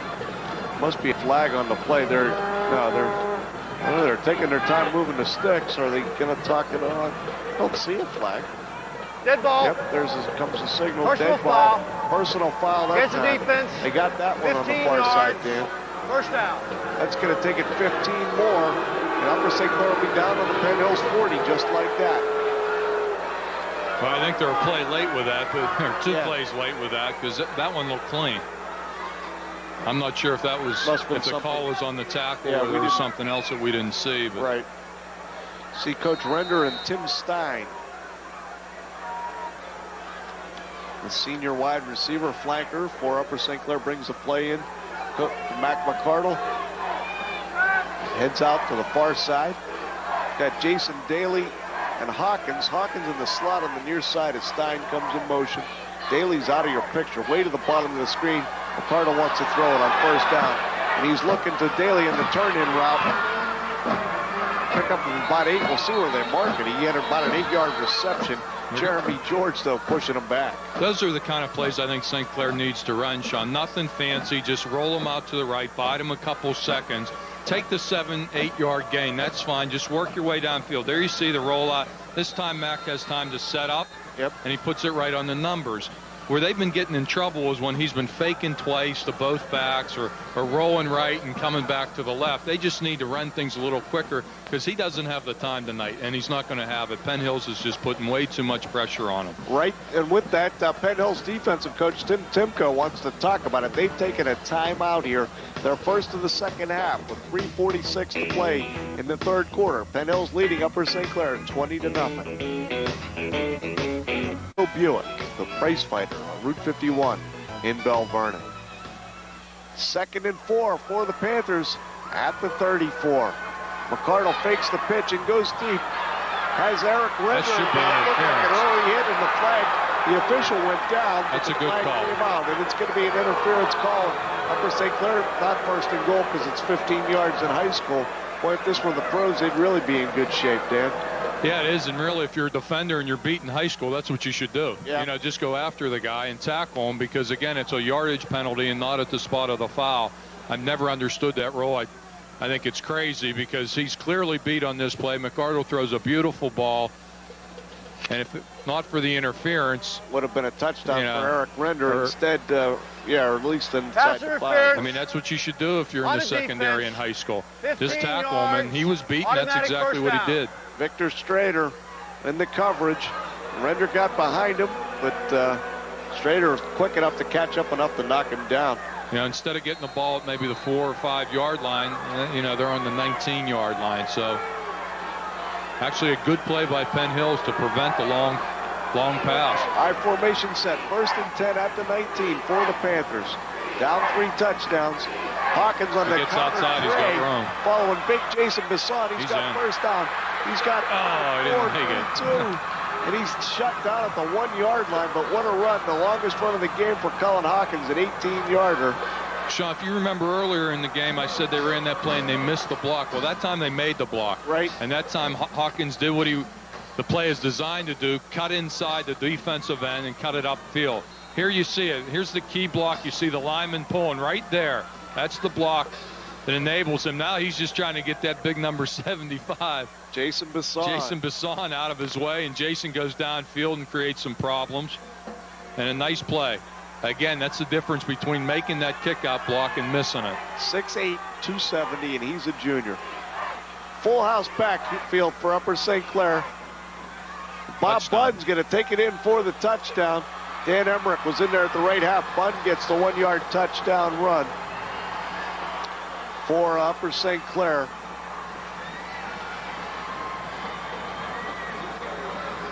That's something. 8 touchdowns on the season for him. Yeah, if you've scouted St. Clair, that's something they like to do. Bunn gets the ball a lot around the goal line for his 8th touchdown. That's good blocking right there. Straight on blocking. Tackle did an excellent job clearing out the way. Hawkins' extra point attempt is up, and it's good. Upper St. Clair's on the scoreboard here with 3 minutes to play in the third quarter, and we had a feeling that this wasn't going to be completely as the first half went in this game. It's 20-7. They're back in it with 3 minutes to play here. Have a little bit of offensive confidence. Got the big boost from Penn Hill's penalties.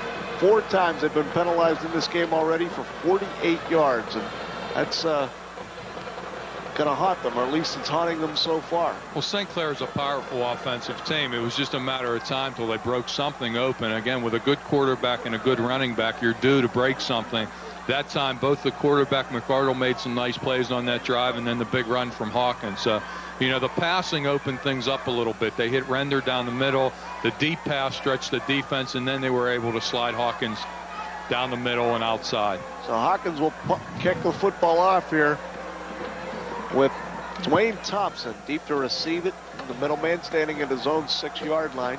Victor Strader on the far side, and Damian Germany on the near side, number 2. That missed extra point might mean something down the stretch here, Sean. Again, it's only 20-6. Yeah, and Germany falls down loose, obviously, as soon as his knee touches.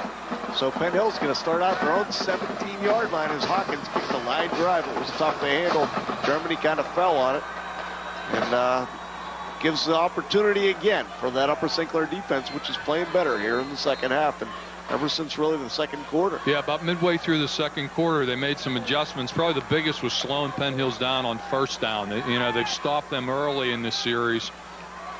Again, they're only down 13 points at 20-7. Split backs. Here comes Strader on the pitch. He's got room. Nice run. Picked up about 8 yards on the play before Hawkins and David Kern, help from Matt Ellis, able to force him out on the near side. What's impressive about Penn Hills is, as big as they are, when they pull these linemen, White and the other guys, they're still able to get outside and get in front of these fast halfbacks. Kind of curious, and I don't know if you're able to tell, but the Panthers alternating outside linebackers on the near side, Takix and Tadaro. And I don't know, it's not play-by-play, although Takix just comes in for this play. Maybe it's yardage situation. I'm not sure as to what they're doing. But, you know, we talked about their defense improving. They've also made some changes on the defensive line as Kern was able to make the stop there, but not before Victor Strader was able to pick up the first down for Penn Hills. It's at the 33. The Indians on the roll once again as you see Matt Ellis go to the bench, being replaced by big number 70 Greg Corzin. So they add another defensive lineman to the Panthers. 6-man front, and they give us the fullback. They went short yardage, and it worked. Corzin at the bottom of the pile, able to bring down the fullback Garrett Livingston. Yes, I had the right idea in the first place. But you're right. They're just changing it up. They're changing personnel a lot. They're coming with a 6-man front. You know, the risk you take in coming with a 6-man front is it opens up around the ends. And if you're Penn Hills, you want to audible to something wide. Maybe they're trying to give Glenn Gilmer some different looks. It's 2nd and 8 here. He goes to the tailback, and I don't know if that was a face mask, but if it wasn't, that guy's got awful strong hands. I was going to say, I hope we have a replay on that, because he reached out and grabbed something. Pulled him down with one hand. Maybe just got him above the shoulder pad. Watch number 85 here. No, not 85. That's it. His shoulder pad. Good play. Jason Bisson. Well, I guess when you're 6'8", 270, you're a pretty strong man. Yeah. And the big tackle junior made the play, and that sets up 3rd and 4 here for Penn Hills. 1:15 to play in the third quarter. Panthers need a stop defensively. Penn Hills needs a first down to keep things going. They're not going to get it. Good stop. Later dropped. Corzin, Greg Corzin, number 70, was defensive line spot. The senior 230-pounder slashed behind him and cut him down. So Zacchaeus going to have to punt the football, and little momentum swinging Upper St. Clair's way here, Dan. Yeah, and what's been impressive about it is the momentum turned after the interception for the touchdown, and they were down 20-0. Again, we mentioned how they've been in this game before. They might not panic. Right. I think most teams would have right then. Flag on the play, and I believe that'll push the Indians back another 5 yards. The whistles blew before the play started. Somebody jumped. Dead ball foul. Ball start. Illegal motion. On the offense. 5 yards. Still fourth down. Against Penn Hills, and that's over 50 yards of penalties now. Against Penn Hills. Something you don't see a lot of Jim Render teams doing. No, you don't. Of course, he doesn't tolerate it very well, as most coaches don't. You don't get to the championship that many times in a row by, you know, Fourth getting a and lot of 9. penalties. I'm sure Coach Gordon doesn't like it either. There's a low punt, and Hawkins fields it on the run. He's across the 50 and into Penn Hills territory to the 45. That was just a great play by Hawkins. To field that. To feel it, to pick it off, you know, off his shoe tips. Because again, if that ball bounces, it's gone. And in addition to making the catch, here's the catch. Hard you know, he still is able to pick up 15 yards on the return. So that's a great play by Hawkins. He broke the tackle of a big fella. Corey Connors had him around the hips, and Hawkins, you talked about it. If he gets moving a little bit, he can break tackles. He broke one there and sets up Upper St. Clair 1st and 10 at the Penn Hills 45. With 20 seconds to play here in the third quarter, this will probably be the last play of the quarter. I formation set behind McCardle, Bunn and Hawkins. Daly split the other way. They fake it to Hawkins. McCardle wants to throw it. He's got Tim Stein in the middle of the field. Open. He caught it. Oh, my. What a catch. Tim Stein, first and goal, Upper St. Clair. And, you know, as I said, he was open. Penn Hills really reacted nicely on the play. Number 19, Britt, got there in time. And Strader was back in coverage. I mean, they were there. Stein just wanted the football more. The ball was just a little bit underthrown, but give McCardle credit for giving his receiver a chance. But you can see the defender's there. Then he gets help. That's from Thompson. the other side. He comes over, and there's really two defenders there. Yeah. Stein just went up and got the ball. A great play. Thompson, Britt, all there. And Stein wanted it. So at the end of the third quarter, Upper St. Clair in scoring position, down by 2 touchdowns in the Quad A championship game. Will be championship football game between the Panthers of Upper St. Clair and the Penn Hills Indians. And Upper St. Clair has been here now. This is our 5th year seeing them here. They've been here 7 out of the last 8 seasons. They've won the title in 2 of those. And they're looking for it, making a dent into that Penn Hills lead here, as they've got 1st and goal at the Penn Hills 3-yard line here to start the 4th quarter. And it was Tim Stein, just a terrific catch. Well, Sean, when you get to a game of this magnitude, people have to make plays. Someone has to come through, and Tim Stein just came through big time to make that play. He sure did.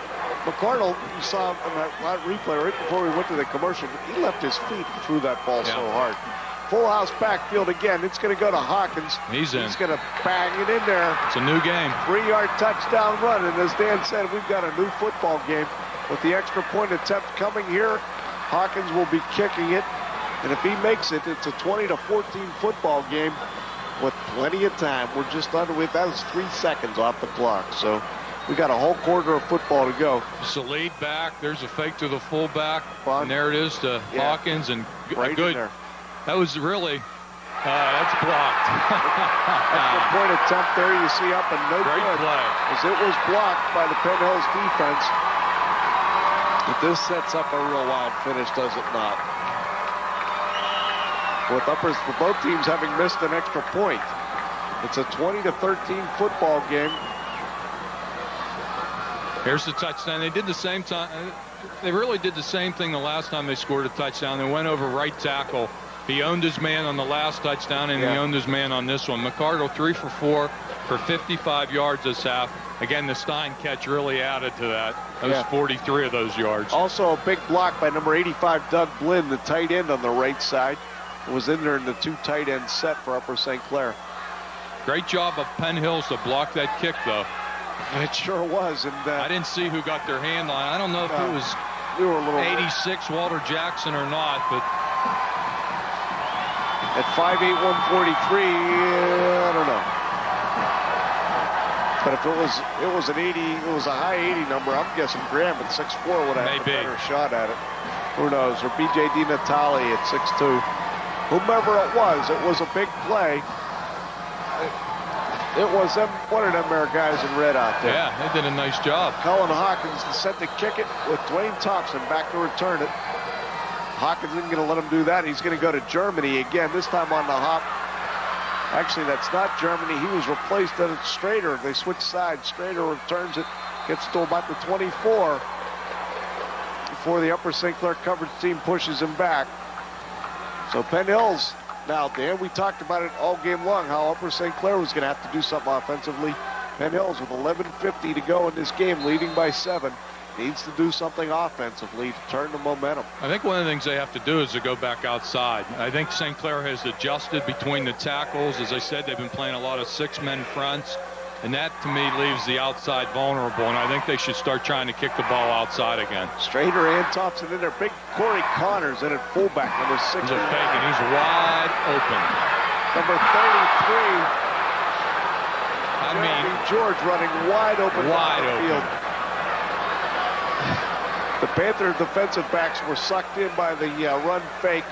Hawkins and Stein just let George run free. There you see, no one's even looking at him. Then it's like, uh-oh. Yeah. Uh-oh, it's right. You see that big Buffalo backfield these Penn Hills Indians went with there. I believe that's number 69 lined up at fullback. They got 2 big guys now there, as well as 89. And there's the give to Thompson. He's going to pick up a couple. But that's going to set up 3rd and long here for the Penn Hills Indians, as Upper St. Clair was still able to stop that up. Jason Passan at the bottom of the pile, the big fella, holding his ground along with some help from Greg Corson for Upper St. Clair. This is going to be an interesting position here for Coach Gordon, Dan, at 3rd and 8, and when they need a first down. Yeah, and I think they're going to run the ball again. Split backs, Livingston and Strader. They give us a Strader. He's going to come. He's got room. He's got first down yardage and more. That's a late hit, too. David Kern's going to get called for it. That's a good call. Be a big break. It's going to be down inside Upper St. Clair territory all of a sudden.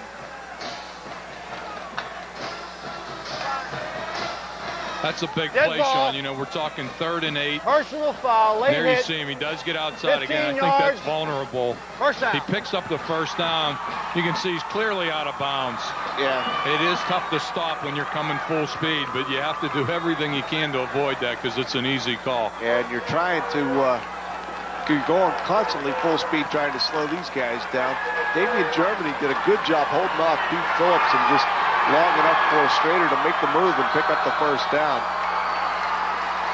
So it's 1st and 10, Penn Hills at the Upper St. Clair 44-yard line. Now Strader has gone over 100 yards, or I'm sorry, he's at 100 yards on 20 carries. Thompson back in there at tailback, and the power eye set. He gets 4 on that play. Right up the middle. What a turnaround that 3rd down play was. It was 3rd and 8. They were on their own about 32-yard line. They pick up the first down and the penalty, and now they start on St. Clair's 44-yard line. Big turnaround. 2nd and 6 at the 40 here for Lynn Gilmer, the junior quarterback, who has tried to throw 2 passes here tonight, Dan. One of them incomplete, the other one called back. He goes deep all the time. There's Strader on the counter. He goes up the middle for about 4. Before the Panthers were able to kind of slow the moving pile. It's more so a moving pile when they go up the middle than it is a back run on the ball, isn't it? Yeah, it's just a mass of flesh. I mean, they just, crowd everybody in there and just push you forward. And if you're a defensive lineman, you really have your work cut out for you. 3rd and 3. Penn Hills needs to get to the Upper St. Clair 34. Well, they're in 4-down territory, so they're going to have 2 downs to do it. Loss on this play is Strader is caught in the backfield. Came from the outside. Andy Tackix came from one side. Bob Bunn from the other. The linebackers able to make the play. And that's a great play because, again, if they're really crowding the middle and there's their, 2 lead blockers, come from the come from the outside, bring your outside backers, and that's exactly what they did. And they've got those big guys in the backfield leading the blocks. They are going to punt. I'm kind of surprised. I thought they would go for it. Zakia set to punt the ball from his own 48-yard line. 38. Hawkins and Stein are from the Upper St. Clair 40. Yeah. That ball's going to roll dead about the about the 8-yard line here. So Upper St. Clair will take over from there when we come back. Down by 7 points with 8:46 to play. Cardinal, not great field position here, Dan. First and 10 at his own 9-yard line. They need a drive to tie this game up, and they've got plenty of time to do it. McCardle to throw on first down. Hits Daly on the near sideline and is out of bounds for a completion, but a pickup of about 8 yards and some breathing room offensively. Sean, tough decision by Coach Gordon on that last 4th down. They had about 4th and 3 to go for the first down.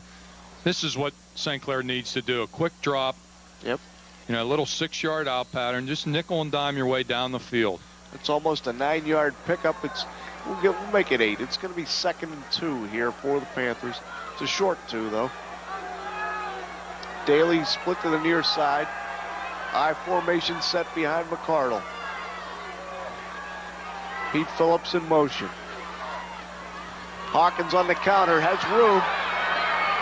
Across the 20 and out of bounds. Forced out by Garrett Livingston for Penn Hills, but not before Cullen Hawkins has the Upper St. Clair first down at the 22. Little delay of a handoff to give the right guard and right tackle time to pull. They came around the corner leading Hawkins, did a good job still in the corner. He picked up the first down. Cameraman J.C. Smith kind of bailed out. He didn't want to take on Hawkins. I can't say that I blame him. J.C.'s not quite the 6 foot, 180 pounds that Hawkins is. But a first down for St. Clair gives them a little bit of breathing room. Stein and Render switch and fake to Hawkins. Quick pass to Bob Bunn, the fullback, with the reception. Another first down across the 33-yard line out to about the 34. A nice quick play, another quickie, Dan. They're just throwing the quick short ones, as you talked about. Yeah, and a good job by Coach Render today of really changing things. You know, they had trouble defensively early on. They corrected some of that. They had trouble offensively in the first half. Well, they've changed things. You know, they're throwing short patterns, throwing to the backs, throwing square outs. You know, so good job of coaching during the game to get your team out of some rough spots. You know, we've talked about it. Penn Hill's a team with the greater speed, but you know, these defenders are always chasing Upper St. Clair receivers. These plays very well designed as Bob Bunn came out of the backfield for that reception in front of Garrett Livingston. This is Hawkins. Another big pickup for him as he's got 13 yards. And Cullen Hawkins, the senior for Upper St. Clair, 1,600 yards this season, and he's moving up on 1,700. After a slow first half, he's starting to wake up a little bit and get some room to run, Dan. Again, a nice kick-out block on the defensive end. Steals the corner. He cuts it upfield, breaks a tackle there to pick up 5 more. Runs through another tackle to pick up 3 more. Sean, really the key is, as we said before the game, St. Clair has nice balance. They just didn't get the ball very much in the first half. Right. Penn Hills dominated. They had the ball the whole first half. Now they've had the ball in the second half, and the balance is really starting to confuse Penn Hills. They're on their heels a little bit. They're not sure if they're going to throw the ball, run the ball, and I think their ability to throw the ball has opened things up for Hawkins. You know, what would Yogi Berra say, deja vu all over again? Or somebody said something like that somewhere along the line. But weren't we in this position last year? Upper St. Clair driving. Exactly. 7:18 to play in the game, trailing a great McKeesport team. They're a touchdown behind here against Penn Hills. 20-13 is the score. You are watching WPIAL Championship Football on Prime, and it's being brought to you by Computer Tech. Prepare for your career in the computer industry at Computer Tech, where you earn a specialized associate degree in just 18 months. First and 10 Panthers. Jason Daly split to the near side with Stein, the flanker, on the far side. It's the Hawkins on the counter. He's across the 50 and into Penn Hills territory for a pickup of about 4 yards on first down. Sean, Core's in the block. Huh? It is similar to last year's game because McKeesport was dominating St. Clair early in the game. it was the same kind of situation. St. Clair had to start changing up things, and then they made a late charge like they're doing again tonight. Hawkins came up a little gimpy after that tackle. We'll have to see as he kind of tender-footed coming out of the huddle here. Split backs here on 2nd and 6 for the Panthers.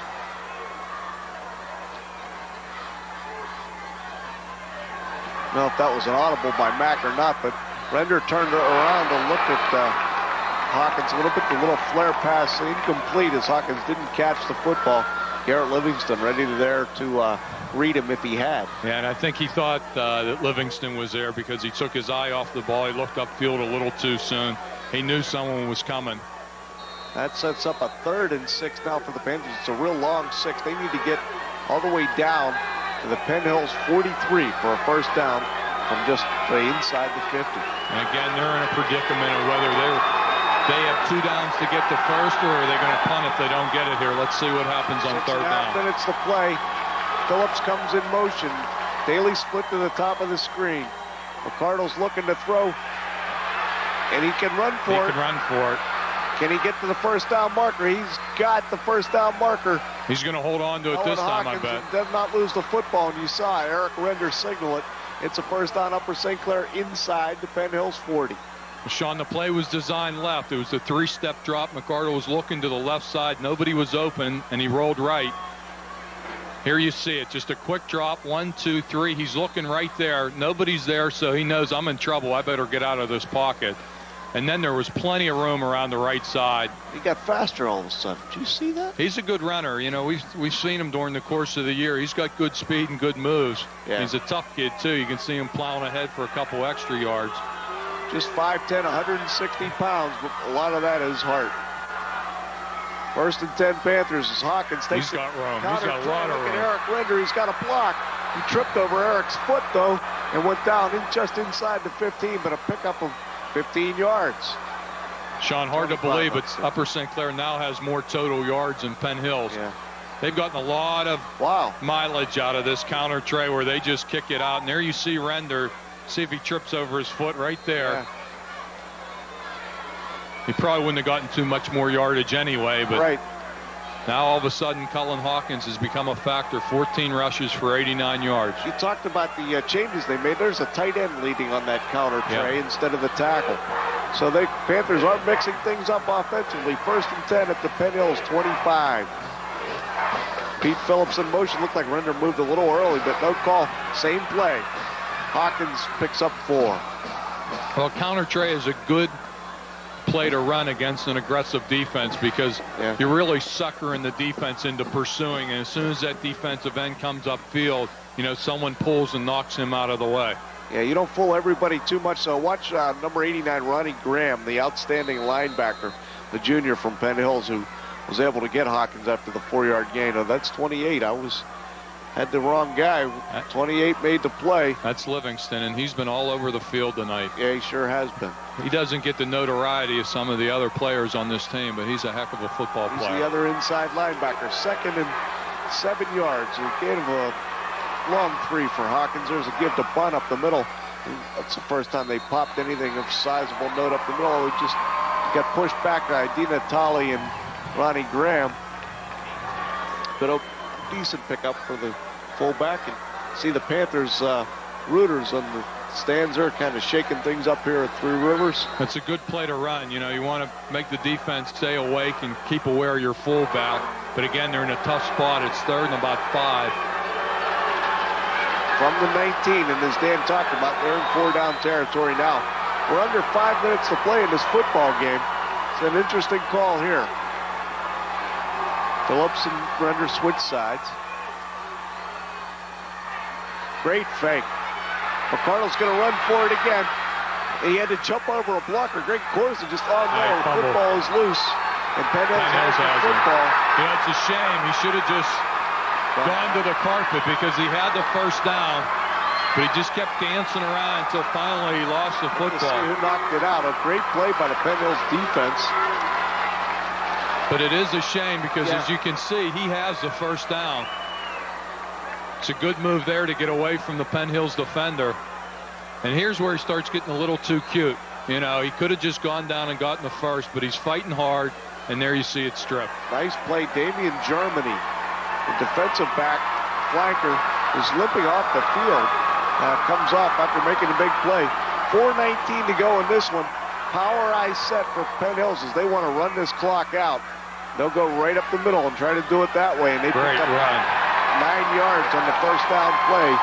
And that's Dwayne Thompson. Well, this is a championship time right now. And if Penn Hills wants to win this championship, all they have to do is to hold on to the football and pick up some first downs. St. Clair has all 3 timeouts. That was Upper St. Clair's 3rd turnover tonight. They've all been costly. They have that.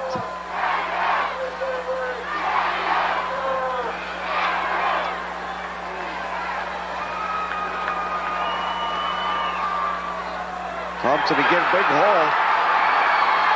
It's almost like the air has gone out of St. Clair's sails. That was their last drive, and I just think they're down a little bit right now. Phillips and Stein able to save the touchdown from happening there, but you see these guys just get blown. You see Doug Blinn selling out.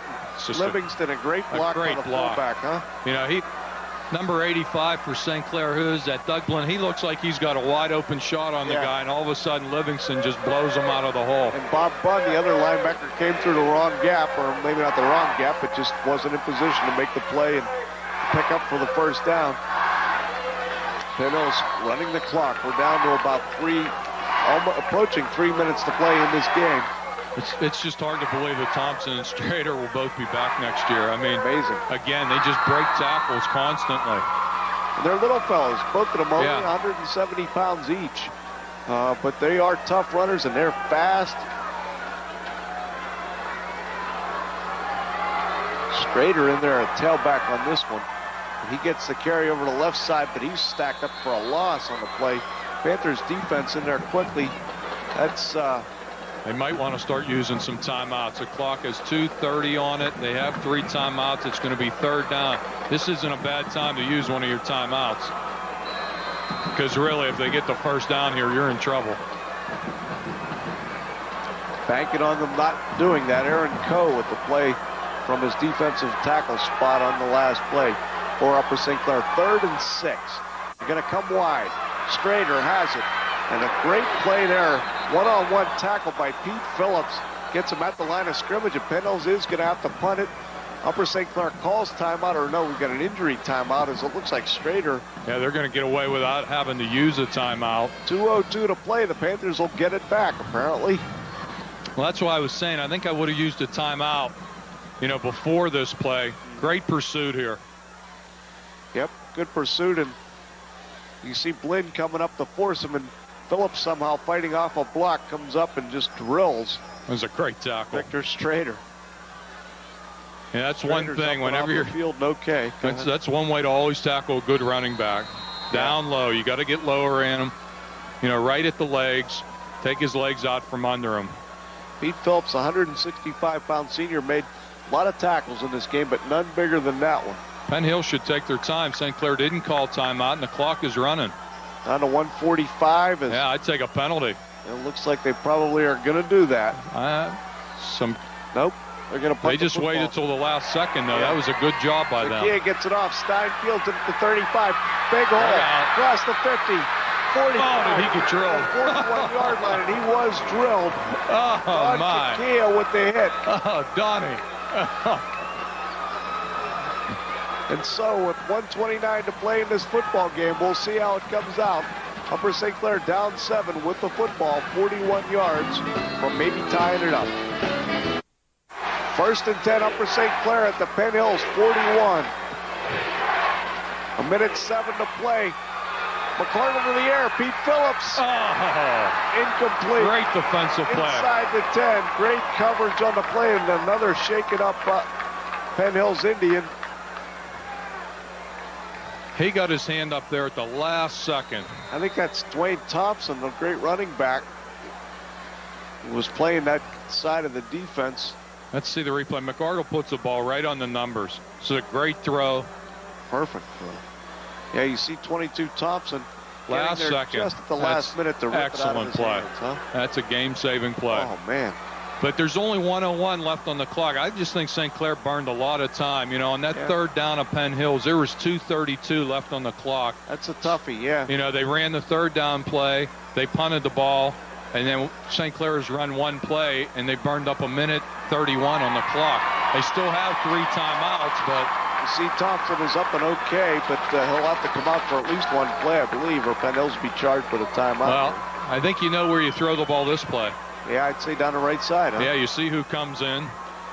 They got Stein in there replacing Phillips, who has to be winded after running that pattern. It was a great throw. The ball was right there, but just give Thompson all the credit in the world. That could have saved a WPIAL championship for him.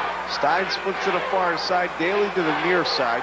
I formation set here on 2nd and 10. 61 seconds to play. They can run a draw here. They fake it. Fake a draw too. McCardle in trouble. Throwing back across the field. Is that dangerous? It sure is, and it's picked up. Goodbye. From your words to his hands, Victor Strader.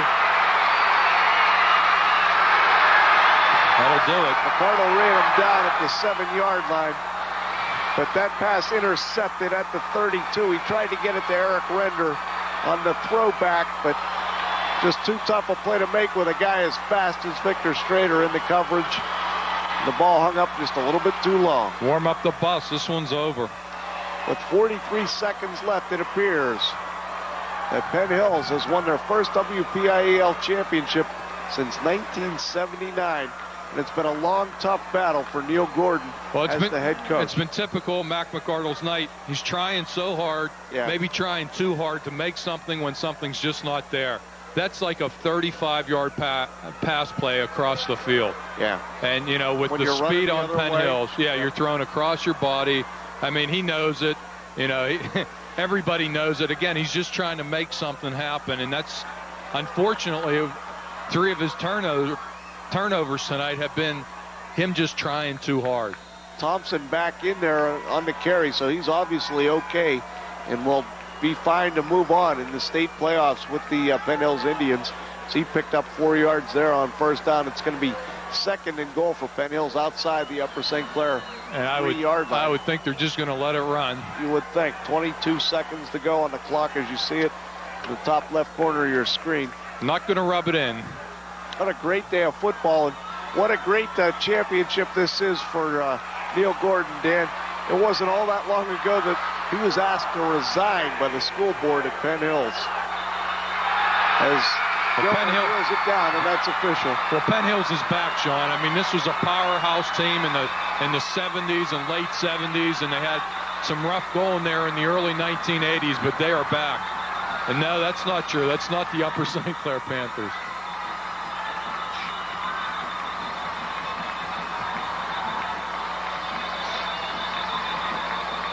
Yeah, there we go. The Penn Hills Indians. That's it.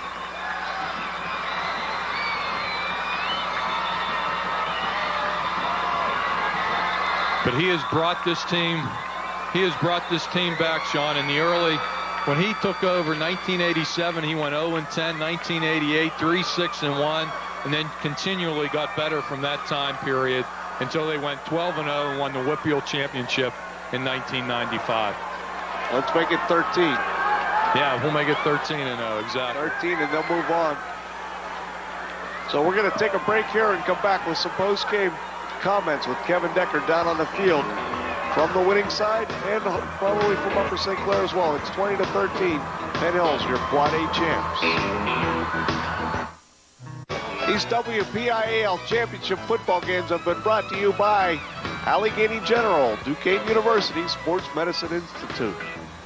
By Gillette, the best a man can get. The Pittsburgh Post-Gazette, the PG makes the day for me. By Cameron Coca-Cola, always in the game, always Coca-Cola. And by Adelphia Cable Communications.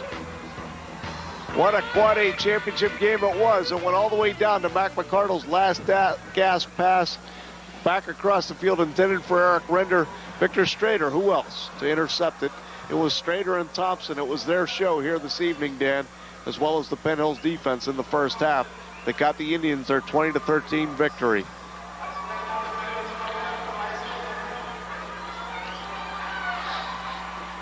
Kevin Decker with postgame. Okay, we're with Victor Strader. Victor, a big game for you on both sides of the ball. I know you're tired right now. Let's talk about that late interception to ice this game away. I was just hoping the receiver came back. I was just hoping he would throw it, and fortunately he did. I had to tack the ball. He threw it high enough for me to get it. Now, early in the game, it was a big touchdown that you scored early on. Describe it. I don't know, it was just clogged up. I just had to go over top. It's the only way there was to go in. It seemed like Upper St. Clair was doing a good job of blocking the middle of the field for you guys, trying to go either end around or right up the middle. They had a really good run defense up against you tonight. The linebackers were shooting a lot, and they were pinching and stuff. They were trying to shut down our run game. That's the main focus for them, shut down our run game. They was doing a good job.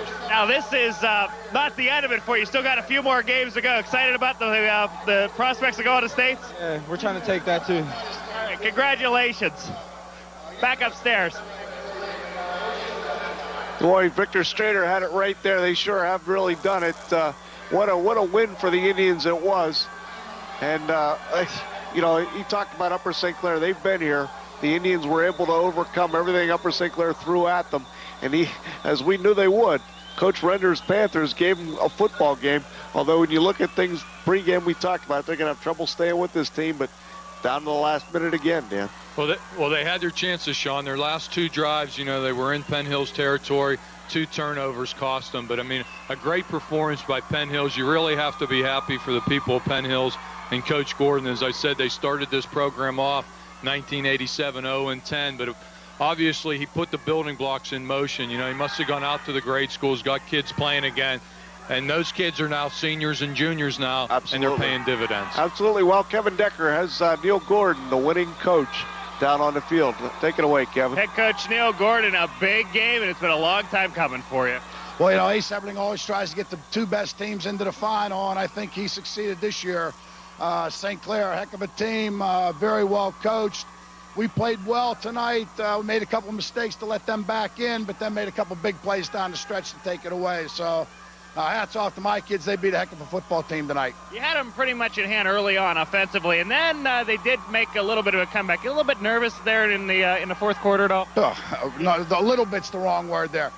St. Clair, they you know, last week against Seneca Valley had them down 10-0, and they've kind of taken it to them. And there was just so much confidence in the St. Clair team. And we were down 20-0, but you didn't see them putting their heads down. They're confident they can win a game at any point. And I wasn't really confident until Victor picked one off and ran it down to the 5. Now, normally you do the gradings in the paper. How do you grade it tonight? Well, grade A? I don't know how I'm going to grade the coaching, but I'm going to grade what it means to the school district an A, that's for sure. Coach, congratulations. I know it was a long time coming, and I know how happy you are about this. Go celebrate. I really am. Thank you very much. Okay. Head coach Neil Gordon of Penn. Let's go back upstairs. WPIAL Championship Football brought to you by the International Culinary Academy, where you earn a specialized associate's degree in a little as 18 months. We'll be back to wrap this up right after this. Sean Doherty and Dan Donahoe back with you here at Three Rivers Stadium, a rapidly emptying Three Rivers Stadium after the final WPIAL championship game is completed. There it is. It's Penn Hills beating Upper St. Clair 20-13 for the title. Dan, let's put the final wrap on this one. Well, there's the final set, Sean, and 258 yards rushing for Penn Hills. But St. Clair's defense did a pretty good job after that first quarter. 110 of those yards were in the first quarter. The big one is the 3 turnovers. Yeah. Actually, it was 4 turnovers, 2 interceptions and 2 fumbles. But those, you know, if you talk to Coach Render tomorrow or tonight, what he's going to say is you can't beat a team like Penn Hills and turn the ball over 4 times. No, you can't do that, and you can't probably, when you're in his shoes, can't beat a Penn Hills team like this without taking a few chances. They took them. Penn Hills made the plays. They did. They did. It's a super football team. They're big. They're quick. They got good speed. I mean, it's an excellent team to send to the state finals. And it's the Penn Hills Indians who are happy here after this one. Upper St. Clair, another great season for them. Another great final game here at Three Rivers Stadium in the Quad A Championship. We want to thank you folks for watching. We hope you enjoyed the telecast.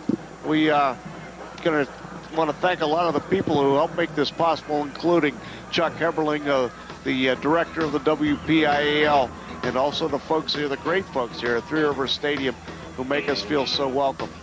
As you get to see the names at the bottom of your screen there, those are the folks who brought you these wonderful pictures all day long.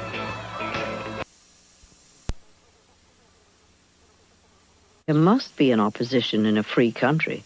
Now this afternoon in the Quad A semifinals, we go to North Allegheny High School first quarter. The Indians, Victor Strader off the left side, high steps it in from the 8. Penn Hills up 7-0 there, 13-0 at the half. In the third, quarterback Lynn Gilmer goes to Ron Graham. It's a 2-yard touchdown, and with the 2-point conversion, it's 21-zip.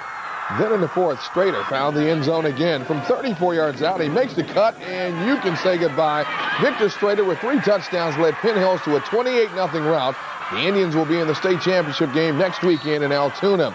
At Peterson and easily, and here's the way it looks.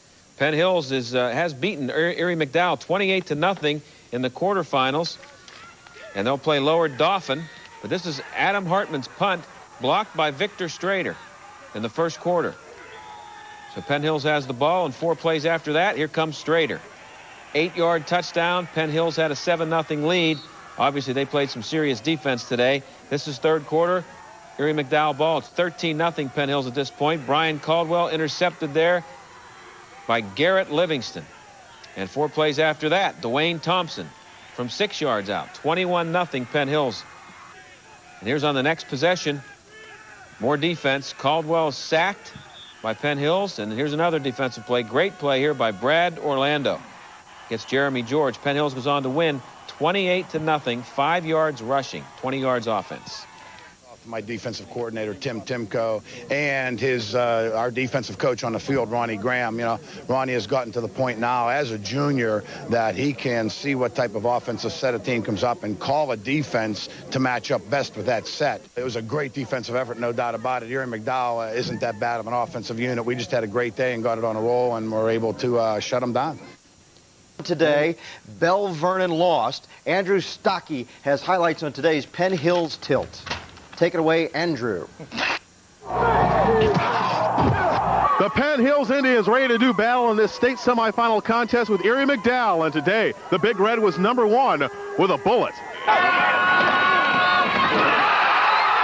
The Big Red shot down every play Erie McDowell ran, and Vic Strader toured through the Trojans for 2 TDs and a 13-0 lead. First series of the second half, the Trojans' troubles continue. Brian Caldwell picked by Garrett Livingston. The INT sets up Dwayne Thompson's TD, and Penn Hills is pitching a 21-0 shutout. Great defensive effort. I felt kind of comfortable because McDowell was groping to try to move the ball on. All right, and obviously we're running short on time because of the game. We'll have all the highlights. One ranked team in the state, Penn Hills, took the field against Erie McDowell at North Allegheny. The Indians' defense sets up the offense on this block punt.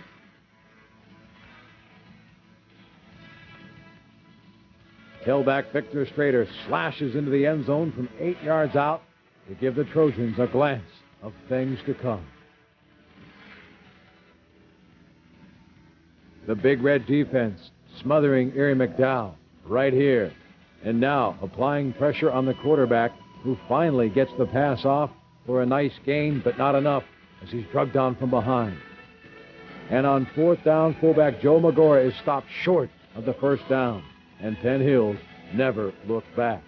Strader again gets the call, runs past the Trojans, this time from 30 yards out, to give Penn Hills a 13-0 halftime lead. And the crowd looks on.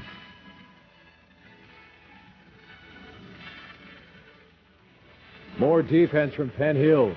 That's 1. Now the big guy, Desmond Gibson. And he enjoys that stick. Speaking of big-time sticks, watch this from Jeremy George. In-your-face football. Garrett Livingston comes up big on defense with this nifty interception. A timely one to put the Indians back in business. Here's quarterback Len Gilmer finding tight end Ronnie Graham for a 12-yard gain.